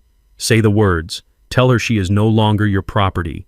Tell her she is no longer your wife. Tell her she is free to go. Bennett rolled his eyes. He turned to Nia. You heard the man. Get out. You are fired. You are divorced. You are free. Go with him. I never want to see your face again. Nia let out a sob. It was a sound of pure relief. She took a step toward me, then another. She walked past Bennett without looking at him. She came to my side and stood there trembling. I put my arm around her, feeling her bony shoulders under the thin fabric of her dress. Good, I said. I handed the briefcase to Bennett. He grabbed it, hugging it to his chest like a long-lost lover. Pleasure doing business with you, Mr. Sterling, I said, my voice cold as the grave. Bennett did not even answer. He was already fumbling with the latches, trying to open the case, trying to see his fortune. Come, Nia, I whispered, guiding her toward the door. Do not look back. We walked out of the living room into the foyer. I could hear the clicks of the briefcase latches opening behind us. I counted the seconds. 1, 2, 3. I opened the front door and the bright sunlight hit our faces. It was the light of a new day. It was the light of justice. Then from the living room came a scream. It was not a scream of joy. It was a scream of raw, primal fury. It was the sound of a man who had just looked into a briefcase expecting $500,000 and found only his own destruction. I stopped on the porch. I turned back toward the open door. I smiled. Run, Bennett, I whispered to the air. Run while you can. The scream that tore through the air was not human. It was the sound of a wounded animal realizing the trap had finally snapped shut. I stopped on the porch and turned slowly, enjoying the moment with a cold satisfaction that had been 10 years in the making. Through the open door, I watched Bennett Sterling fall to his knees in front of the aluminum briefcase. The lid was thrown wide open, but instead of the green glow of $500,000 in cash, the interior was filled with stacks of plain white paper. They were not blank, though. They were high-resolution photocopies of every crime Bennett had committed in the last decade. Bennett grabbed a handful of the papers, his hands shaking so hard he ripped them. He stared at the top sheet. It was a copy of the forged death certificate he had filed for me 2 years ago, signed by a corrupt doctor we had already pressured into confessing. He threw it aside and grabbed another. It was a printout of his text messages to the loan sharks promising them the house in exchange for his life. The third was a copy of an arrest warrant drafted that very morning by the district attorney charging Bennett Sterling with fraud, embezzlement, and conspiracy to commit murder. There was no money, there was no salvation, there was only evidence. He looked up, his face a mask of pure, unadulterated horror. He looked at the empty space where the money should have been, and then he looked at the door where I stood watching him. The realization hit him like a physical blow. The Orion Group did not exist. The deal was a sham. He had just signed a confession admitting to his crimes and forfeiting the property, and in exchange he had received a box full of his own nightmares. "You," he whispered, his voice cracking. "You tricked me. You knew." He scrambled to his feet, kicking the briefcase over. The papers fluttered into the air, raining down around him like confetti at a funeral. He looked around the room, his eyes wild, searching for an escape, searching for a weapon, searching for someone to blame. His gaze landed on Chloe, who was standing by the window clutching her purse. "You did this!" he screamed, pointing a shaking finger at her. "You told someone! You sold me out!" Chloe backed away, terrified. "Bennett, I did not do anything, I swear!" "Liar," he roared. He was unraveling completely, the facade of the sophisticated businessman crumbling to reveal the desperate thug underneath. He charged toward the door, toward me, his face purple with rage. "Give me my contract back," he shouted, lunging for me. "Tear it up. The deal is off." I did not move. I stood in the doorway, blocking his path to freedom. My driver Marcus stepped forward, ready to intercept, but I held up a hand. This was between me and the man who stole my life. "The deal is done, Bennett," I said, my voice calm and steady. "You signed. You confessed. It is over." Bennett stopped a few feet away from me, panting heavily. He looked at my face, really looked at me for the first time. He saw the expensive suit, the gold watch, the dragon cane. But he also saw something else. He saw the lack of fear. He saw a man who was not afraid of a bully. And then the desperation took over completely. He reached behind his back under the tailored jacket of his suit. I knew what was coming. I had seen that move in the jungle. I had seen it in business meetings gone wrong. It was the move of a coward who has run out of options. He pulled a gun. It was a snub-nosed revolver, ugly and black against the expensive fabric of his suit. He leveled it at my chest, his hand shaking violently. "Give me the contract," he screamed, spit flying from his lips. "Give it to me or I will kill you right here. I have nothing to lose, old man. I am already dead if I do not get that money." I looked at the barrel of the gun. It was a dark tunnel promising oblivion. But I had looked into the face of death every day for 10 years. A gun in the hands of a soft, panicked social climber did not scare me. "Shoot," I said, spreading my arms. "Add murder to the list, Bennett. It will not change anything. The contract is already with my lawyer. The police are already on their way. Shooting me just ensures you die in prison instead of rotting there." Bennett's eyes darted around the room. He was looking for a way out, but there was none. He swung the gun toward Naya, who was standing behind me, shivering in the sunlight. "Move," he yelled at me. "Move, or I will shoot the girl. I will kill her. I swear I will." My heart stopped. He was aiming at my daughter. The rage that exploded in my chest was blinding. I took a step forward, intending to shield her, but Bennett was faster. He lunged, grabbing Nia by her thin arm and hauling her in front of him, using her as a human shield.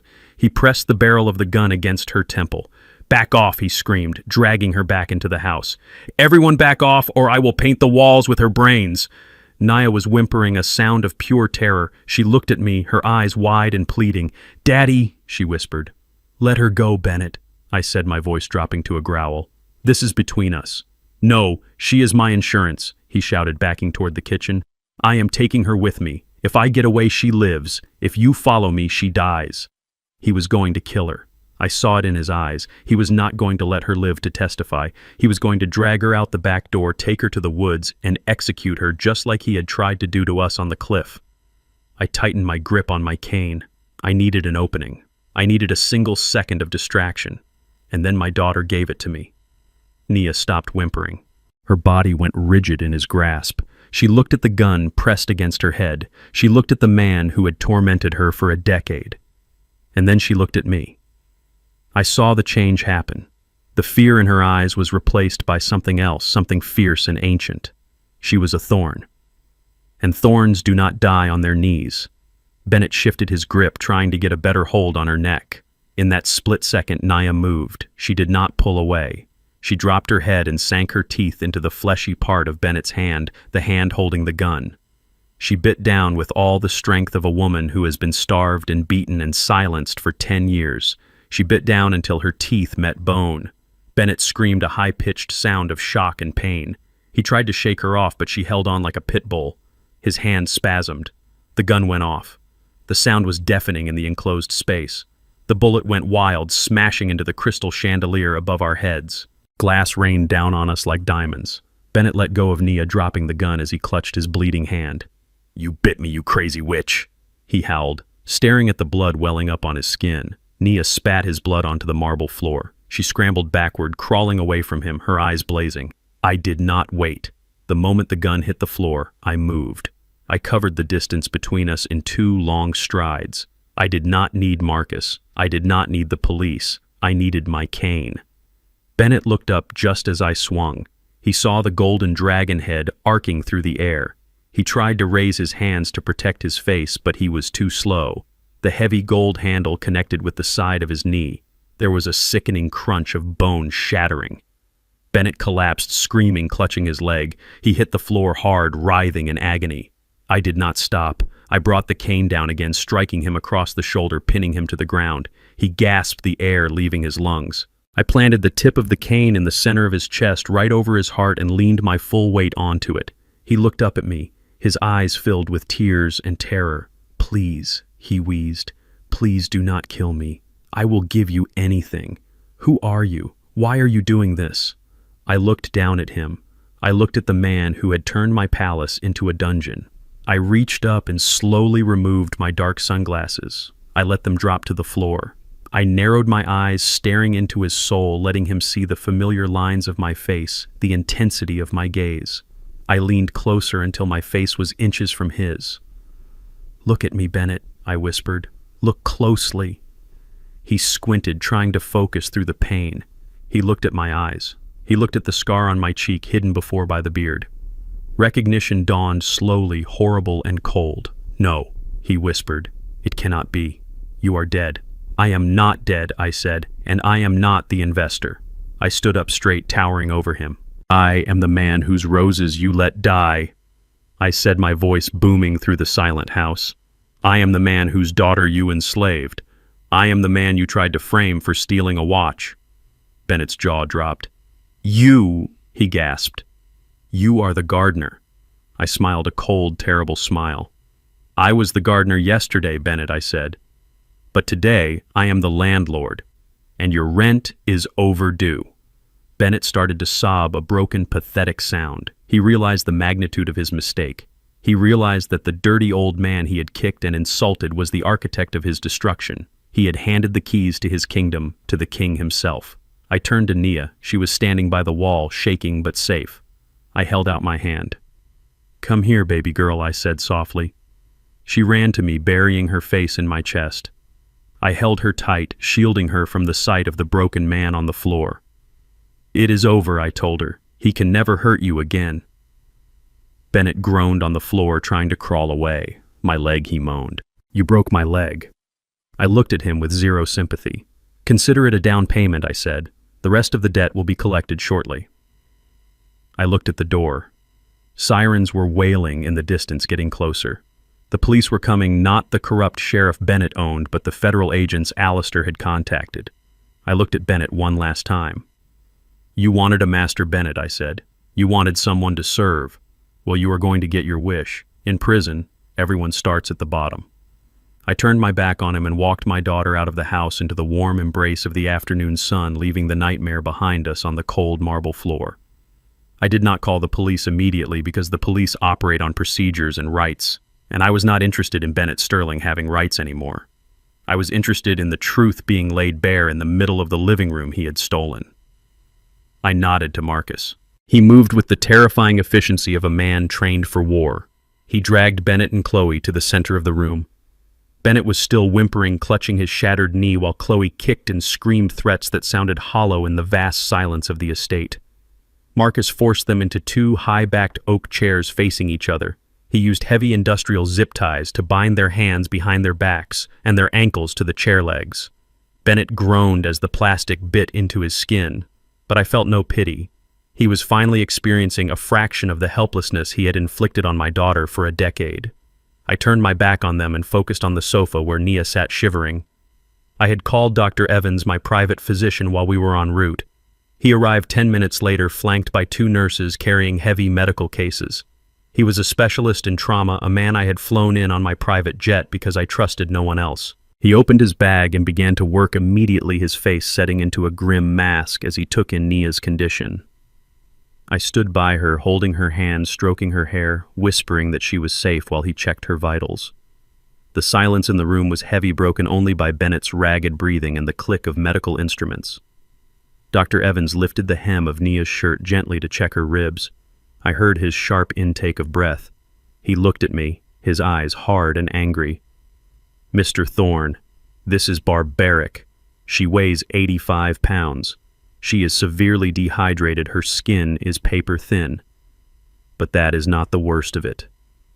He pointed to a series of jagged ridges along her rib cage. "These are old fractures. At least 3 ribs were broken and healed badly without medical attention. Her left ulna shows signs of a hairline fracture that is currently infected." He paused, pulling a rapid test strip from his kit. He pricked her finger. "And the blood work," he said, his voice trembling with suppressed rage. "She has toxic levels of benzodiazepines and antipsychotics in her system. They have been chemically lobotomizing her to keep her docile. If she had stayed on this regimen for another month, her kidneys would have failed." I looked at Bennett. He tried to look away, but I grabbed his chin and forced him to look at the skeletal woman he had tortured. "Look at her," I said, my voice devoid of mercy. "Look at your wife. You broke her bones and you did not even give her an aspirin. You starved her while you ate steak in the next room. You drugged her to erase her mind." Bennett stammered, sweat pouring down his face. "She fell. She is clumsy. It was not me. She did it to herself." "Liar," I said. I released his chin with a shove that snapped his head back. "You are a liar, Bennett, and today your lies end." I walked to the massive 80-inch television mounted above the fireplace. Bennett loved this television. He used it to watch golf and feel superior to the world. Today he was going to watch his own damnation. I pulled a small black remote from my pocket. When I was the gardener, I did not just rake leaves, Bennett. I installed micro cameras in the vents. I put them in the kitchen. I put them in the pantry. I saw everything you did when you thought no one was watching. I pressed the power button. The screen flickered to life. The image was high definition, crystal clear. It showed the kitchen dated 2 weeks ago. Bennett was eating a sandwich, leaning against the counter. Nia was on her hands and knees, scrubbing the floor. On the screen, Bennett kicked the bucket of soapy water over soaking Nia's dress. When she tried to stand up, he grabbed her by the hair and slammed her face into the wet tile. The sound of the impact echoed through the living room, amplified by the surround sound system. It was a sickening crunch. Chloe was in the background of the video, laughing and filming it on her phone. "Look at the little maid," Chloe said on the recording, her voice shrill and cruel. "She cannot even clean right. Maybe she needs a lesson." I fast-forwarded. The next clip showed the basement. It was dark, but the night vision camera picked up every detail. Bennett was standing over Nia, holding a belt. He struck her. Once. Twice. 3 times. Nia did not scream in the video. She just curled into a ball and took it. The room was filled with the ghosts of their cruelty. I turned up the volume. The sounds of Nia begging for mercy filled the air, drowning out Bennett's whimpers in the present. Chloe stared at the screen, her face pale as a sheet. She saw herself not as a victim, but as a monster. She saw the truth of her soul projected in high definition. "Turn it off!" Chloe screamed, straining against her bonds. "Please turn it off. I cannot watch it. I did not want to do it. He made me. He said she was dangerous." Bennett whipped his head around, staring at his mistress with pure hatred. "Shut up, you witch," he shouted. "It was your idea to drug her. You said she was too loud. You said you wanted her out of the house so you could redecorate. You told me to put her in the basement." Chloe sobbed, shaking her head violently, the denial pouring out of her. "No, you told me she was crazy. You told me Langston abused her and we had to control her. You lied to me, Bennett. You said you had money. You said this was all yours.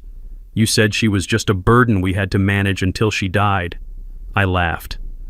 It was a dry, harsh sound that cut through their bickering. "Money," I said. "Let us talk about money, since that is the only language you vermin speak." I picked up a thick file from the coffee table. It was the financial forensic report Alistair had compiled. I threw it at Bennett's feet. The papers scattered across the floor, mixing with his blood. "You do not just owe the loan sharks, Bennett. You stole $5 million from my company accounts using forged signatures before I even crashed. You drained Nia's trust fund, you liquidated her jewelry, you maxed out credit cards in the name of a woman you were holding prisoner. You forged my signature on deed transfers, you embezzled from the charity fund I set up for orphans." Bennett looked at the papers. He saw the bank transfers, he saw the audit trail. He realized that I had known everything before I even stepped foot in the house. He realized that while he was playing master of the manor, I was buying the bank that owned him. "You are not a businessman, Bennett," I said, leaning over him. "You are a parasite, and you are broke. The house is mine. The accounts are frozen. The loan sharks sold your debt to me this morning. You owe me $5 million plus interest. And Bennett, I collect." Chloe looked at Bennett with disgust. "You are broke," she whispered. "You promised me Paris. You promised me a villa in Tuscany. You have nothing. You are nothing." Bennett looked at her, then at me, then at the empty briefcase. He realized he was alone. He realized the game was not just over. The board had been burned. "I did it for us," Bennett shouted at Chloe, desperate to shift the blame. "I bought you the car. I paid for your face. I did it all for you. You did it because you are weak," I said. "And now you are going to pay." I looked at the doctor. "Is she stable enough to move?" I asked. Dr. Evans nodded. "We need to get her to a hospital for a full scan, but she is stable." "Good," I said. "Take her to the car." I did not want Nia to see what happened next. I did not want her to witness the final act of this tragedy. Marcus helped the nurses lift Nia. She looked at me, her eyes full of trust. "Daddy," she whispered, "are you coming?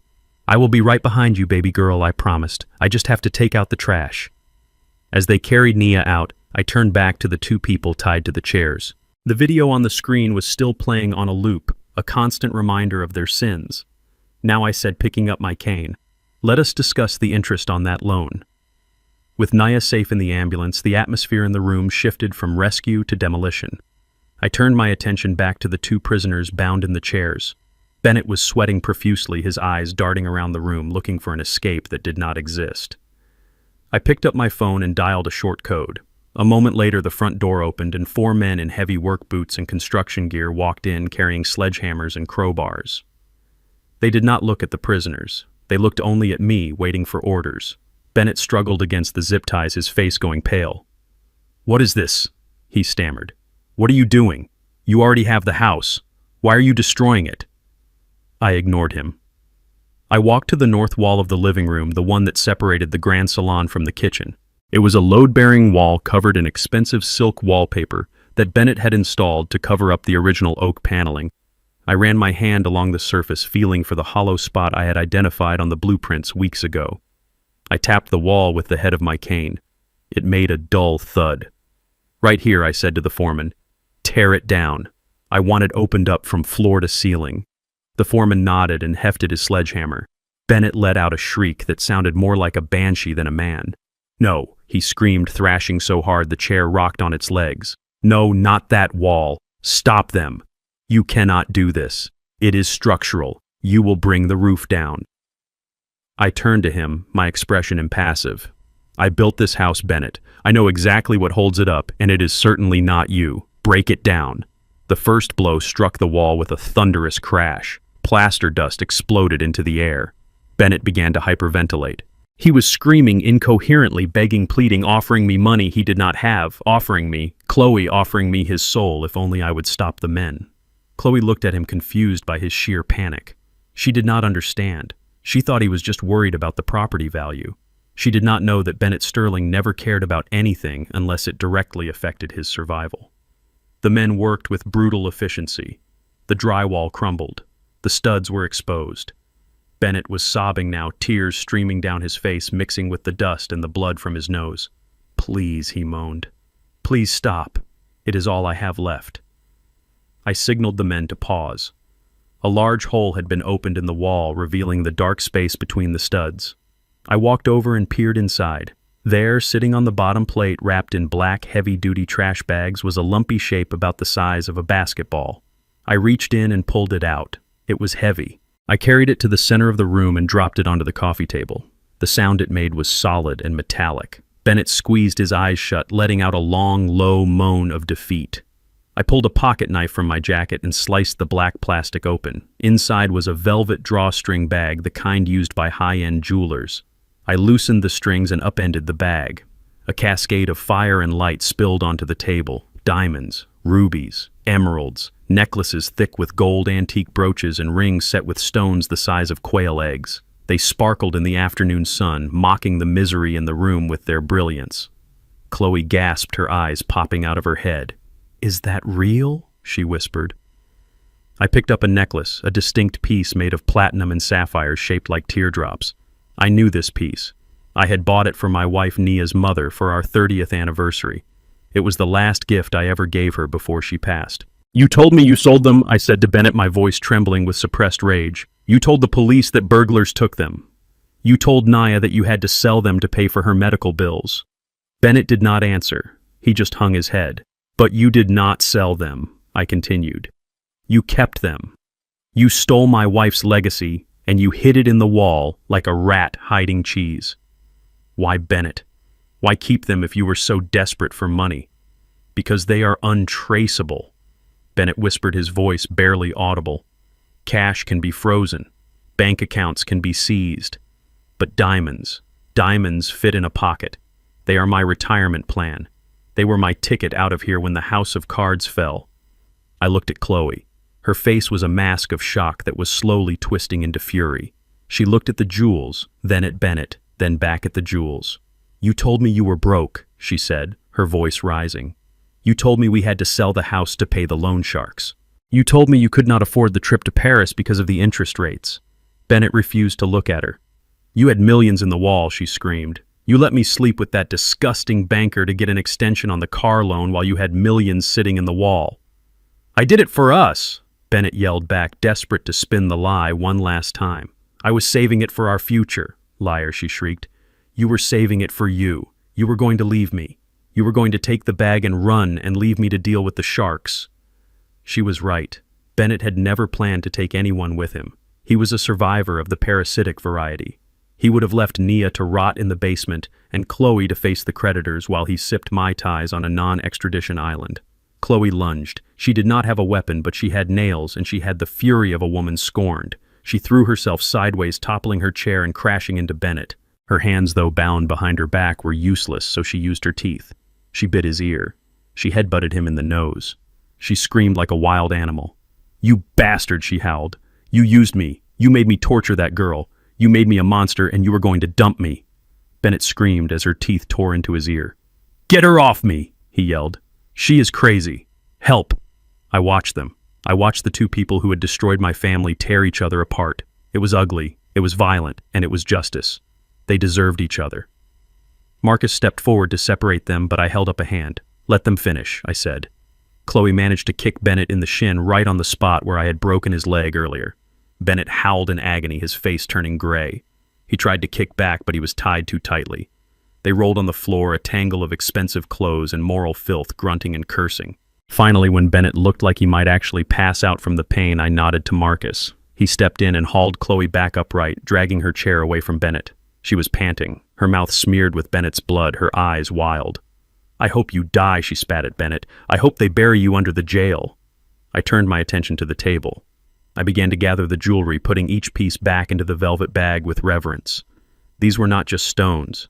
They were memories. They were the tangible proof of my love for my wife and her love for our daughter. I picked up the sapphire necklace. I held it up to the light.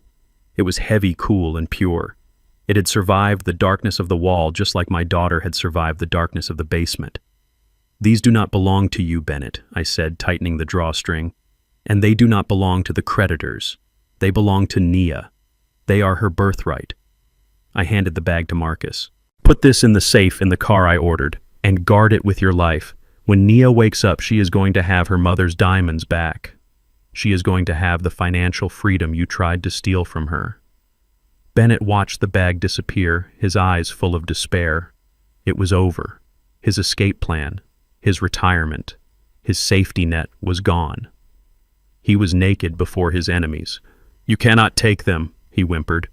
"The police will seize them as evidence." "The police will never know about them," I said, "because as far as the record shows, these were stolen years ago. I am just recovering stolen property, and you, Bennett, are not in a position to report a theft, are you?" I walked over to him. I looked down at his bloodied ear and his broken leg. "You thought you were the king of the castle," I said, "but you were just a squatter living in the walls. And now the exterminator is here." I checked my watch. It was almost time for the next phase. The sun was beginning to set, casting long shadows across the room. The air was getting colder. I turned to the construction crew. "You can go," I said. "You have done your job." They packed up their tools and left without a word. The room was silent again, save for the heavy breathing of the two prisoners. I sat down on the sofa facing them. I rested my hands on my cane. Now I said, "We wait." "Wait for what?" Chloe asked, her voice trembling. "The police." I smiled. "No, my dear, the police come later. First we have a meeting with the previous owners of Bennett's debt." Bennett's eyes widened in terror. "The Black Hammer." I nodded. "They are coming to collect Bennett. And since you do not have the house and you do not have the diamonds, I wonder what you are going to offer them." A car door slammed outside. Heavy footsteps crunched on the gravel. Bennett began to weep softly. I leaned back and crossed my legs. "It is time for you to meet your real masters, Bennett." The heavy oak front doors did not open. They exploded inward as if kicked by a giant.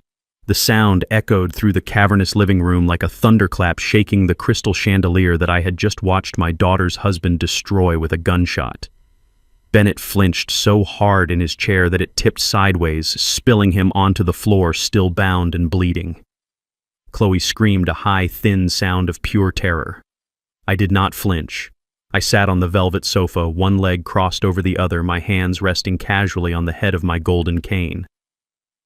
I took a sip of the tea Marcus had poured for me and watched the darkness enter my home.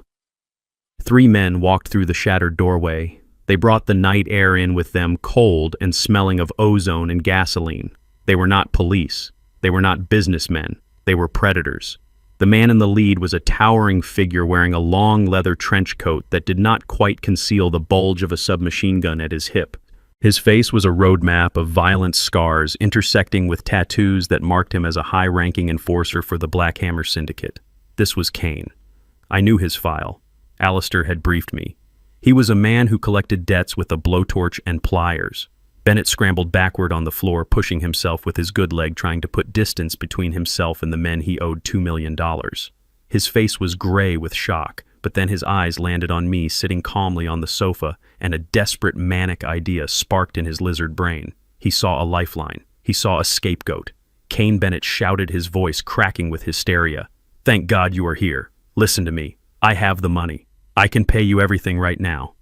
Kane stopped in the center of the room. He looked at the hole in the wall where the diamonds had been.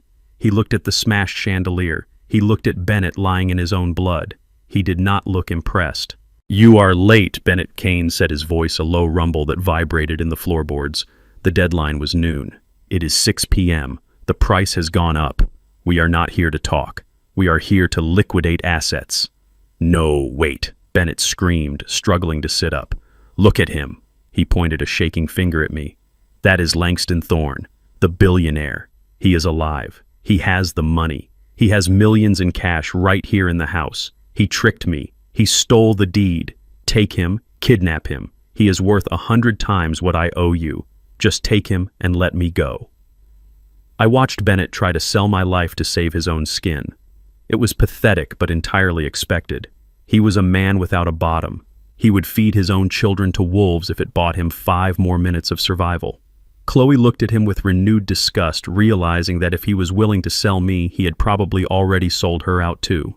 Kane turned his head slowly. He looked at me. His eyes were dead black shark eyes. He took a step toward the sofa, his hand drifting toward his coat. Bennett laughed a wet, frantic sound. "Yes, get him," Bennett urged. "He is old. He is weak. Break his legs. Make him sign the checks. Do whatever you want to him. Just clear my debt." I placed my teacup on the saucer with a delicate clink. I did not stand up. I did not call for Marcus. I simply looked Kane in the eye and held his gaze. The air in the room grew heavy, charged with the potential for sudden violence.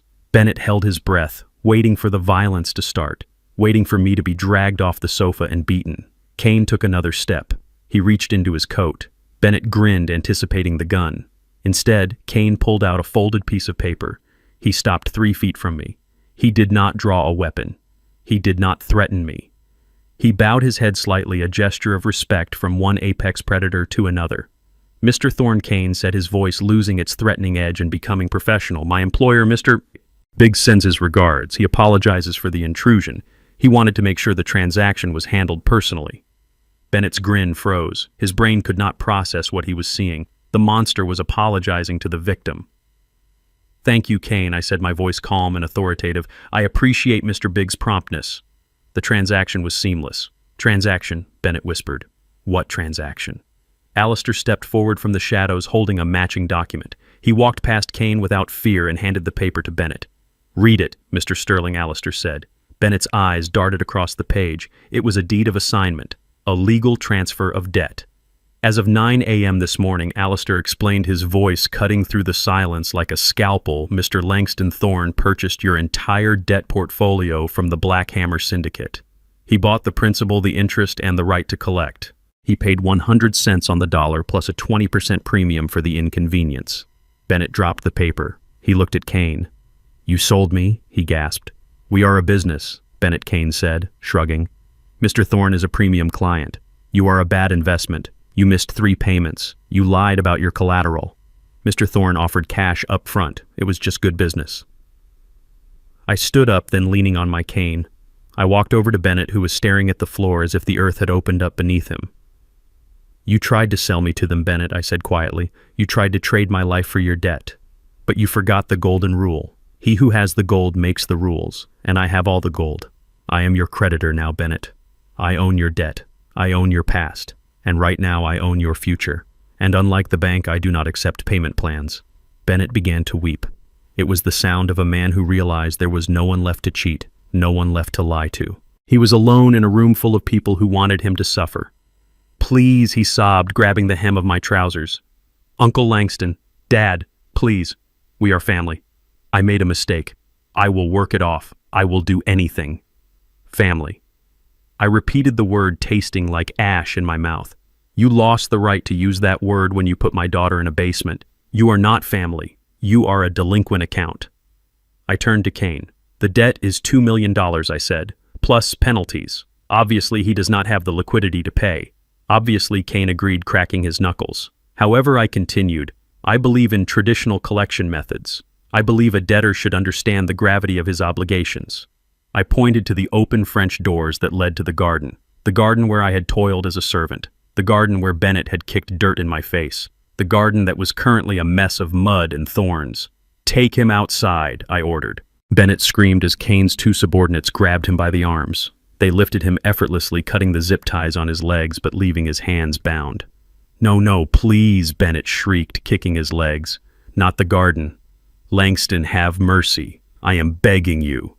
Mercy is for the innocent, I said, turning my back on him. They dragged him out. His heels left grooves in the expensive rugs. He screamed all the way to the door, begging Chloe, begging Alistair, begging God. But no one answered. Chloe sat frozen in her chair, her face pale as death. She listened to the sounds of her lover being dragged across the patio. She heard him pleading with the gangsters. She heard the dull, heavy sound of fists meeting flesh. I walked to the window and looked out. It was dark now, but the garden lights were on. I saw them drag Bennett into the center of the overgrown rose garden, the very same roses he had forced Nia to tend with bleeding hands. They threw him into the mud. Teach him about compound interest, I said to Kane, who was standing by the door waiting for the final order. Kane nodded and walked out into the night. The sounds that followed were visceral. There were thuds, there were cracks, there were screams that started high and piercing and eventually degraded into low, wet sobs. I did not look away. I watched as they stripped him of his dignity, just as he had stripped my daughter of hers. They did not kill him. I had given strict orders. Death was too easy. They broke him. They taught him the physical reality of the pain he had inflicted on others for years. Chloe began to hyperventilate. She was shaking so hard the chair rattled against the floor. "Are you going to kill him?" she whispered. I turned from the window. "No," I said. "Dead men cannot go to prison, and Bennett is going to prison for a very long time. This is just the appetizer. The main course will be served in a 6x8 cell." The screaming in the garden stopped. There was only silence and the sound of crickets. A moment later, Kane walked back into the room. He wiped a speck of blood from his coat. "He is ready for transport," Kane said. "He will live, but he will limp, and he will remember this night every time it rains." "Good," I said. "Leave him there for the police. They will need to find him in a state that matches his resistance to arrest." Kane nodded. He pulled a business card from his pocket and placed it on the table. "Mr. Biggs says the account is settled. If you ever need to acquire more debt, Mr. Thorne, you know who to call." "I will keep that in mind," I said. The gangsters left as quickly and violently as they had arrived, vanishing into the night like smoke. I was left in the ruined living room with a terrified mistress, a loyal lawyer, and the silence of a house that had finally been purged. I looked at Alistair. "Call the feds," I said. "Tell them we have a fugitive ready for pickup, and tell them to bring an ambulance." He slipped in the garden. Alistair smiled a cold, satisfied smile. He slipped. "I will make sure to put that in the report." I sat back down on the sofa and poured myself another cup of tea. My hands were steady. My heart was calm. I had bought my house back. I had saved my daughter, and I had delivered justice with a hammer bought and paid for by the villain's own greed. I looked at Chloe. "Now, my dear," I said, "let us talk about your contribution to this household, because the police are coming and I think you have a very interesting story to tell them if you want to avoid joining Bennett in the ambulance." The silence in the living room was shattered by the aggressive wail of sirens cutting through the night air like a knife. But these were not the sirens of justice coming to save the day. They were the sirens of corruption coming to bury the truth. I remained seated on the velvet sofa, my hands resting calmly on my cane as 3 police cruisers screeched to a halt on the gravel driveway right next to the spot where Bennett lay groaning in the mud. Sheriff Miller burst through the open French doors with his service weapon drawn. He was sweating, his uniform strained across his belly, his eyes wild with panic. He did not look at the broken man in the garden. He did not look at the terrified mistress shivering in the corner. He trained his gun directly on my chest. "Freeze!" he screamed, his voice cracking. "Put your hands where I can see them, Thorne. You are under arrest." Bennett saw the sheriff and a pathetic spark of hope ignited in his eyes. "Miller!" he shouted from the mud, trying to drag himself toward the house. "Help me! He is crazy. He hired gangsters. He tortured me. Shoot him, Miller. Kill him before he talks." Miller advanced into the room, his finger hovering over the trigger. He ignored Bennett's pleas, but his intention was clear. He was not here to arrest me. He was here to silence me. If I died tonight, Bennett would walk free and Miller's pension fund, which was built on Bennett's bribes, would remain secure. "I am arresting you for kidnapping, assault with a deadly weapon, and attempted murder," Miller barked, moving closer. "Get on your knees, old man. Do it now, or I will drop you where you stand." Alistair stepped forward, his hands raised in a placating gesture. "Sheriff, this is a private matter. We have contracts. We have confessions." "Shut up," Lawyer Miller yelled, swinging the gun toward Alistair. "You are an accomplice. I will bury you both. I run this town. I decide what is legal and what is not." I looked at Miller. I looked at the gun shaking in his hand. I did not raise my hands. I did not kneel. I simply took a sip of my tea and set the cup down on the saucer with a deliberate clink. "You do not run this town." "Sheriff," I said, my voice low and dangerous, "you just rent space in it, and your lease has just expired." Miller's face turned a violent shade of red. "Are you threatening an officer of the law?" he shouted. "I have the right to use lethal force. I have a witness right here who says you attacked him." He gestured to Chloe. She flinched, looking between the gun and me. "Tell him," Chloe, Miller demanded. "Tell him Thorne attacked you. Tell him he brought hitmen here." Chloe looked at me. She remembered the video. She remembered the files. She shook her head, tears streaming down her face. "No," she whispered. "I will not lie for you anymore." Miller snarled. "Useless whore. I will deal with you later." He turned the gun back to me, his eyes narrowing. "Resistance to arrest," he muttered. "That is what I will put in the report." He reached for his radio. "Dispatch, I have a suspect resisting." Shots fired. He was going to do it. He was going to pull the trigger and claim self-defense. It was the oldest trick in the book for a dirty cop. But he had forgotten one thing. I was Langston Thorne, and I never entered a room without owning the exits. "Wait," I said, holding up a single finger. "Before you shoot Sheriff, you might want to look at the television." Miller blinked, confused. "What?" "The television," I repeated, pointing with my cane. "You are on air." I pressed a button on the small remote I had concealed in my palm. The massive 80-inch screen above the fireplace flickered. The image of Bennett beating Nia vanished, replaced by a live feed. But it was not just a camera feed. It was a broadcast. The screen showed the logo of WATL News, the largest station in Atlanta, a station I had acquired a controlling interest in 3 years ago through a shell corporation. The banner at the bottom of the screen read, "Breaking News Corruption in Buckhead." And there on the screen, live in high definition, was Sheriff Miller standing in my living room pointing a gun at an unarmed 71-year-old man. Miller's jaw dropped. He looked at the TV, then at me, then back at the TV. "How is that possible?" "Because I own the satellites, Sheriff," I said, standing up slowly. "And right now, every television in Atlanta is watching you threaten a victim of crime. Say hello to your voters, Miller. They are all watching." The image on the screen split. On the left was the live feed of Miller sweating and holding the gun. On the right, a pre-recorded video began to play. It was footage taken 6 months ago in the parking lot of a diner. It showed Miller leaning into Bennett's Porsche, accepting a thick brown envelope. The audio was crystal clear. "Make sure the old woman stays quiet," Bennett's voice said on the recording. "If she talks about the money, put her in a psych ward." "Consider it done," Miller's voice replied. "As long as the payments keep coming, she is as good as dead." Miller stared at the screen, his face draining of color. His gun hand wavered. He lowered the weapon slowly, the realization of his total destruction crashing down on him. His radio suddenly exploded with chatter. "Sheriff, this is dispatch. We are getting calls. Hundreds of calls. The news is here. What is going on?" Miller dropped the radio. He looked at me with the eyes of a trapped rat. "You ruined me," he whispered. "No, Sheriff," I corrected him. "You ruined yourself when you took money to help a man torture my daughter." I just turned on the lights. Outside, the sound of the local sirens was drowned out by a new, heavier sound. The rhythmic thumping of helicopter rotors shook the windows. Tires screeched on the asphalt, but these were not police cruisers. These were heavy armored SUVs. Alistair checked his watch. "Right on time," he said. The front door, which was already hanging off its hinges, was kicked open for the second time that night. But this time it was not gangsters. It was a swarm of men in blue windbreakers with yellow lettering on the back. FBI. Federal agents dropped the weapon. A voice boomed over a loudspeaker. Miller dropped his gun as if it were burning hot. He raised his hands, his knees knocking together. He knew it was over. Local cops he could bully. Local judges he could bribe. But the FBI did not play by his rules, especially when the evidence had just been broadcast to 3 million people. Agents swarmed the room. They shoved Miller against the wall, cuffing him with a satisfying click.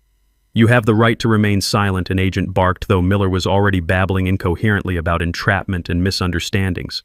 Another team of agents headed for the garden.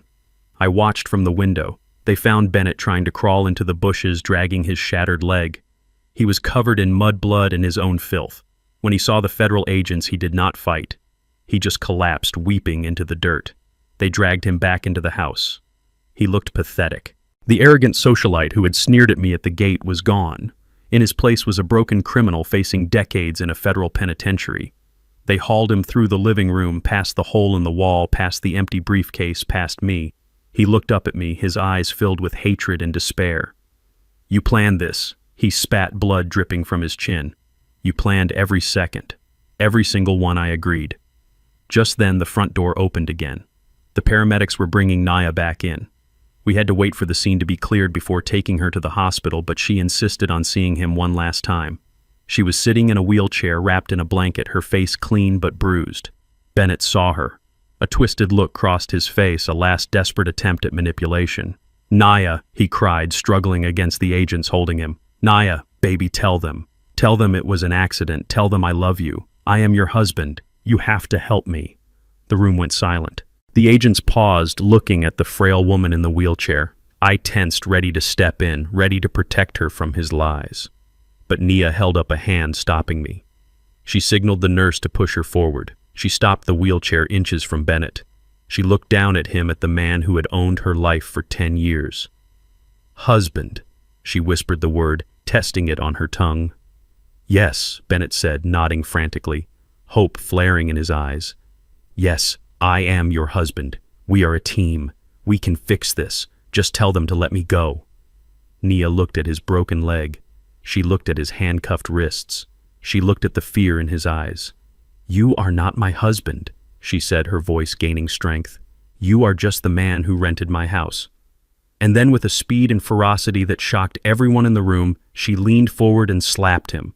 It was not a weak slap, it was an open-handed strike that connected with his cheek with a crack that echoed off the walls. It was the sound of 10 years of rage being released in a single motion. Bennett's head snapped back. He stared at her in shock. My husband died in a plane crash 10 years ago, Nia said, her voice cold and final. You are just a ghost. And I do not believe in ghosts anymore. Take him away, she said to the agents. He smells like garbage. The agents nodded, a newfound respect in their eyes. They dragged Bennett out the door, his screams fading into the night as they threw him into the back of a federal transport van. Miller followed him, his head hung low in shame. I walked over to Nia. I put my hand on her shoulder. She reached up and covered my hand with hers. Her grip was weak, but it was steady. I am proud of you, baby girl, I whispered. She looked up at me, her eyes clear for the first time in a decade. Let us go home, Daddy, she said. I want to plant some new roses. I smiled. The nightmare was over. The house was ours again, and the weeds had finally been pulled. We will plant a whole garden, I promised, and this time we will make sure nothing ever kills them again. 1 month had passed since the night the blue lights flashed and the monsters were dragged away in chains. The estate in Buckhead no longer looked like a mausoleum built to house my daughter's misery. I had hired a crew of 50 men to purge every trace of Bennett Sterling from the property. We ripped out the carpets he had walked on. We burned the furniture he had sat on. The heavy velvet drapes that had kept the house in a perpetual state of gloom were thrown into a dumpster. I wanted sunlight. I wanted air. I wanted the house to breathe again, just like my daughter was learning to do. The walls were now painted a soft, warm cream color that caught the morning light. The windows were thrown wide open, allowing the scent of jasmine and freshly cut grass to drift through the rooms. The silence that filled the hallways was no longer the heavy, terrified silence of a prison. It was the peaceful silence of a sanctuary. I sat on the new patio furniture watching the garden. The weeds were gone. The roses were pruned and feeding on fresh soil. The fountain was running again, the gentle sound of water masking the phantom echoes of screams that sometimes still tried to creep into my mind. I took a sip of black coffee. It tasted good. For 10 years I had dreamed of this coffee while drinking muddy water in a jungle hell. But the best view was not the garden. It was Nia. She was sitting on a stone bench near the fountain reading a book. She looked different. The skeletal figure that had trembled in the kitchen was gone. She had gained weight, not much, but enough to look human again. Her skin had lost that gray prison pallor, but the biggest change was her hair. She had cut it all off. The long, matted locks that Bennett used to drag her across the floor were gone. She wore a sharp, chic bob that framed her face and highlighted her eyes. She looked like a warrior who had cut off her braids to prepare for battle. However, I knew the scars on her soul were still fresh. I saw it in the way her hand trembled when a door slammed. I saw it in the way she checked the exits whenever she entered a room. The house was bright, but the shadows inside her mind were still long and dark. I walked over to the bench, my cane tapping softly on the flagstones. She looked up and smiled, but the smile did not reach her eyes. It was a fragile thing, a porcelain mask ready to shatter. Mind if I sit? I asked. She shifted, making room for me. Never, Daddy. We sat in silence for a moment, watching a cardinal land on the fountain. It is beautiful here now, she said, her voice soft. You fixed it, just like you fix everything. I did not fix it, Nia, I said. I just cleared the brush. The roots are still deep. She looked down at her hands. Her fingers were twisting together, a nervous habit she had developed in the basement. I feel like a ghost, she whispered. I walk through these rooms and I remember things. I remember him laughing at me. I remember Chloe spitting on me. I look in the mirror and I do not see Nia Thorne. I see the maid. I see the victim.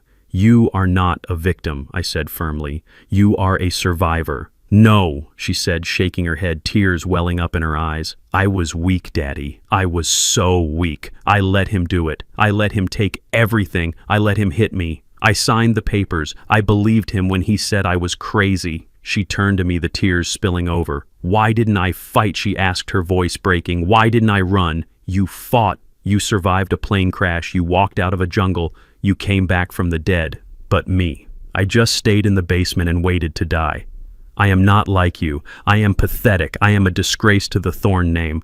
I felt my heart crack. This was the conversation I had been dreading, the conversation I knew we had to have. I took her hands in mine. They were still rough from the scrubbing brushes, but they were warm. Listen to me, Nia, I said, my voice rough with emotion. Look at me. She raised her tear-filled eyes. It was not your fault, I said. It was mine. She blinked, confused. What? No. He was the monster. He was the monster. Yes, I agreed. But I was the architect. I built the cage. I stood up and paced in front of the bench, leaning on my cane. I raised you to be a princess, Nia, I said. I gave you everything. The best schools, the best clothes, the big house. I wanted you to have a life of ease because my life had been a war. I wanted to protect you from the ugliness of the world. I stopped and looked at her, but I made a mistake. A terrible, fatal mistake. I protected you so much that I forgot to teach you how to fight. I raised a hothouse flower and then I planted you in the middle of a battlefield.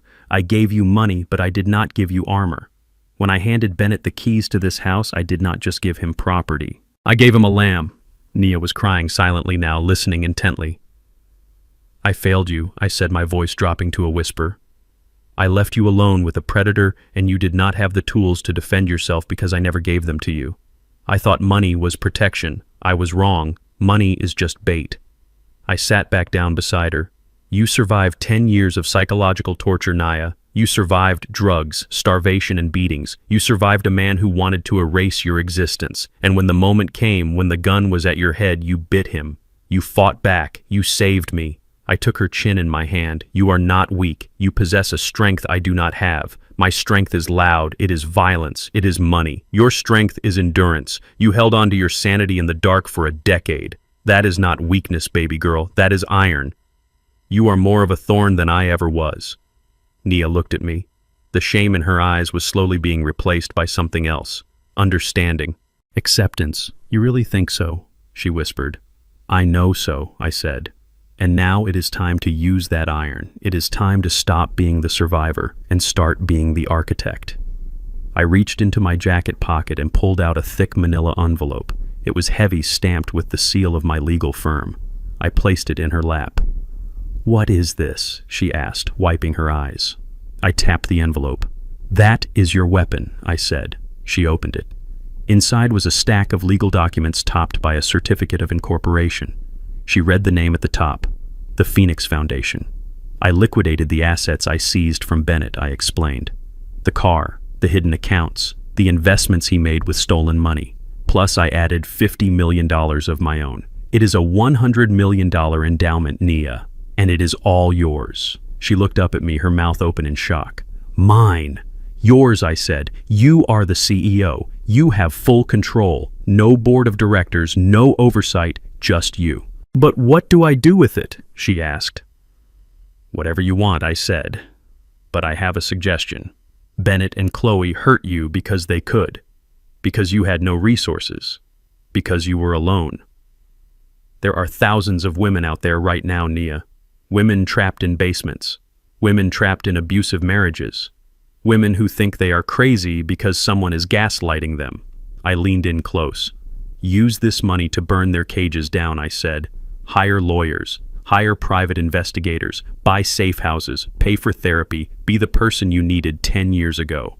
Nia looked down at the documents. Her hands stopped trembling. She ran her fingers over the seal. She thought about the women she had met in the hospital, the women who had looked at her bruises with knowing eyes. She thought about the powerlessness she had felt for a decade. And then she looked at me. The fire was back. The same fire I had seen when she bit Bennett's hand. But this time it was controlled. It was focused. I can destroy men like Bennett, she asked. I smiled. It was a savage, proud smile.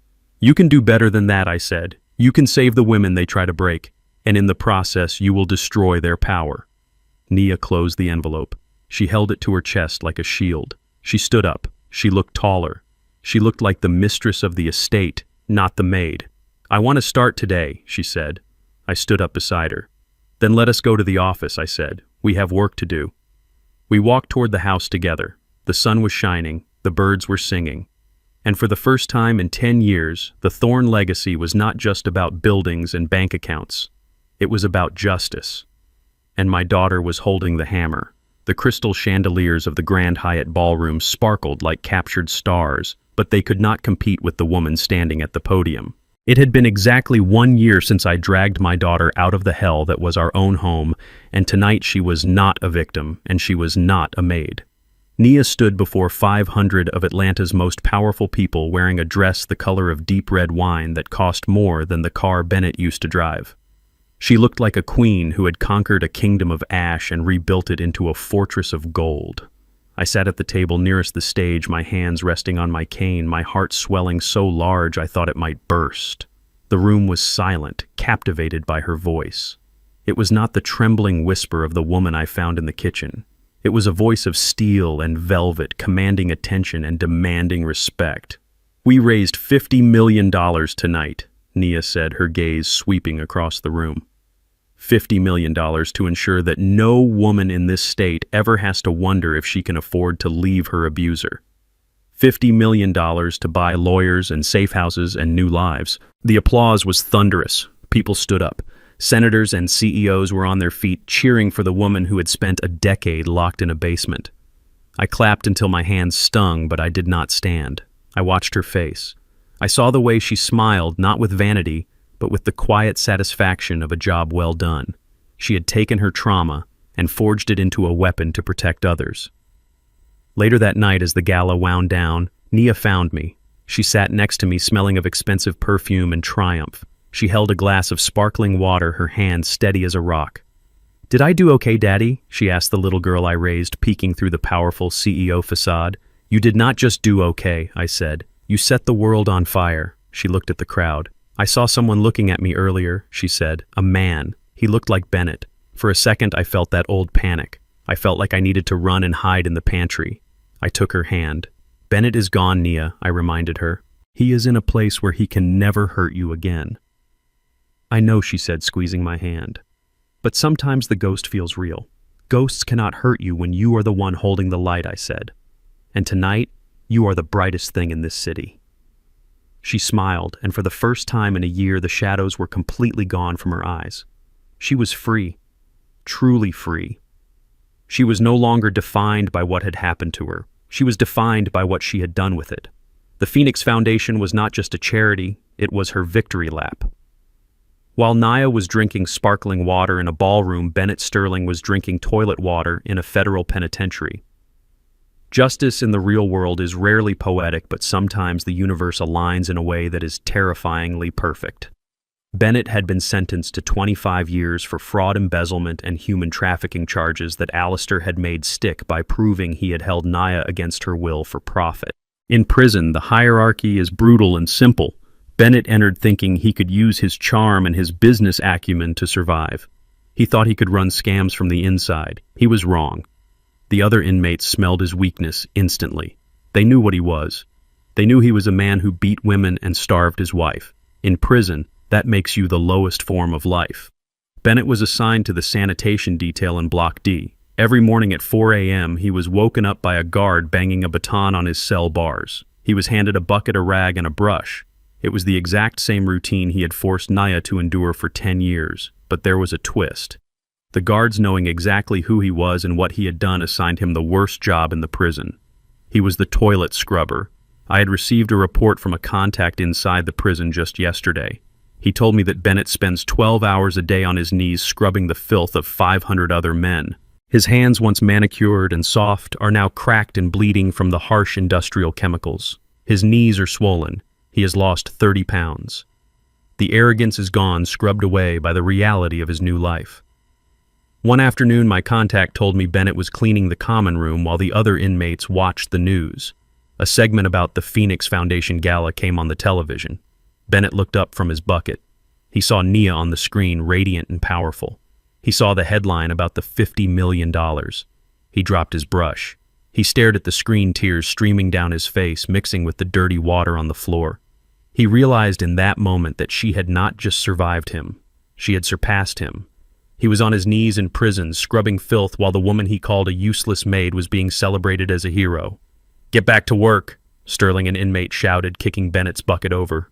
Bennett scrambled to clean up the mess, his hands shaking, just like Nia's used to. He was the maid now, he was the servant, and he would be for the rest of his life. Chloe fared no better. She avoided prison by turning state's witness against Bennett, but she lost everything else. I sued her for the value of the stolen jewelry and the money Bennett had spent on her. She was bankrupt within a week. Now she works double shifts at a truck stop diner off the interstate in Alabama. Her designer clothes are gone sold to pay legal fees. Her face, without the constant expensive treatments, has aged 10 years in one. She spends her days serving coffee to men who do not look at her and her nights sleeping in a trailer she shares with 3 other people. She wanted a life of luxury without working for it. Now she works harder than she ever imagined just to survive. Sunday morning arrived with a gentle breeze that smelled of rain and rich earth. I stood in the garden of the estate wearing my old work boots and a loose linen shirt. Nia was beside me wearing gardening gloves and a wide-brimmed hat. We were not servants. We were the masters of this earth. We had spent the morning digging a hole in the center of the yard right where Bennett had forced Nia to bury her dog years ago. But we were not burying death today. We were planting life. I held the root ball of a grandiflora rosebush. It was a rare variety called the black baccara, its petals a deep velvety red that looked almost black in the shadows. It was strong, resilient, and thorny. It could survive the harshest winters and come back blooming stronger than before. "Hold it steady, baby girl," I said, lowering the plant into the earth. Nia held the trunk, her hands strong and sure. She packed the soil around the roots, pressing it down firmly. We worked in silence, the rhythm of the work a shared language of healing. When we were done, we stood back and looked at it. It stood tall and proud against the backdrop of the White House. "It will grow here," Nia said, wiping dirt from her cheek. "The soil is good now." "Yes," I said. "We purged the poison." I looked at my daughter. She was standing in the sunlight, the master of her own destiny. I thought about the journey that had brought us here. I thought about the plane crash that took 10 years of my life. I thought about the basement. I thought about the moment I walked up to that gate as a beggar. I learned a lot in the last 10 years, Nia, I said, leaning on my shovel. I learned that money is not power. Money is just a tool. Power is the ability to endure. Power is the ability to stand up when the whole world wants to push you down. Nia nodded, looking at the rose. "And power is knowing who you are," she added. "Exactly," I said. I turned to look at the camera, breaking the fourth wall for the final time. To everyone watching this, I said, my voice low and serious. I want you to remember one thing. You can steal a man's money, you can steal his house, you can even steal his years, but you can never steal his name. I am Langston Thorne, this is my daughter Nia, and we are still here. If you have people in your life who treat you like you are nothing, who make you feel small, who try to erase you, remember this story. Remember that the wheel always turns. Remember that justice is not something you ask for. It is something you take. Stand up, fight back, and never let them forget who you are. Nia smiled at me, a genuine bright smile that reached her eyes. "Ready for lunch, Daddy?" she asked. I smiled back. "I am starving," I said. And this time we are eating at the table. We walked back toward the house, leaving the dark red rose to grow in the garden, a silent sentinel watching over the home we had reclaimed. The nightmare was over. The long summer had finally begun. We often believe that enduring abuse in silence is a form of loyalty, or that protecting family means allowing them to destroy us bit by bit. But my journey taught me a brutal truth. True love never demands the sacrifice of your dignity. You are not defined by how people treat you when you are down on your knees. You are defined by the fire you ignite when you finally decide to stand up. No matter how deep the hole is or how long you have been in the dark, you have the power to write your own ending. Do not wait for a hero to save you. Look in the mirror and become the hero of your own life. If you enjoyed this story of justice, please hit the like button and subscribe for more stories about people who stood up and fought back.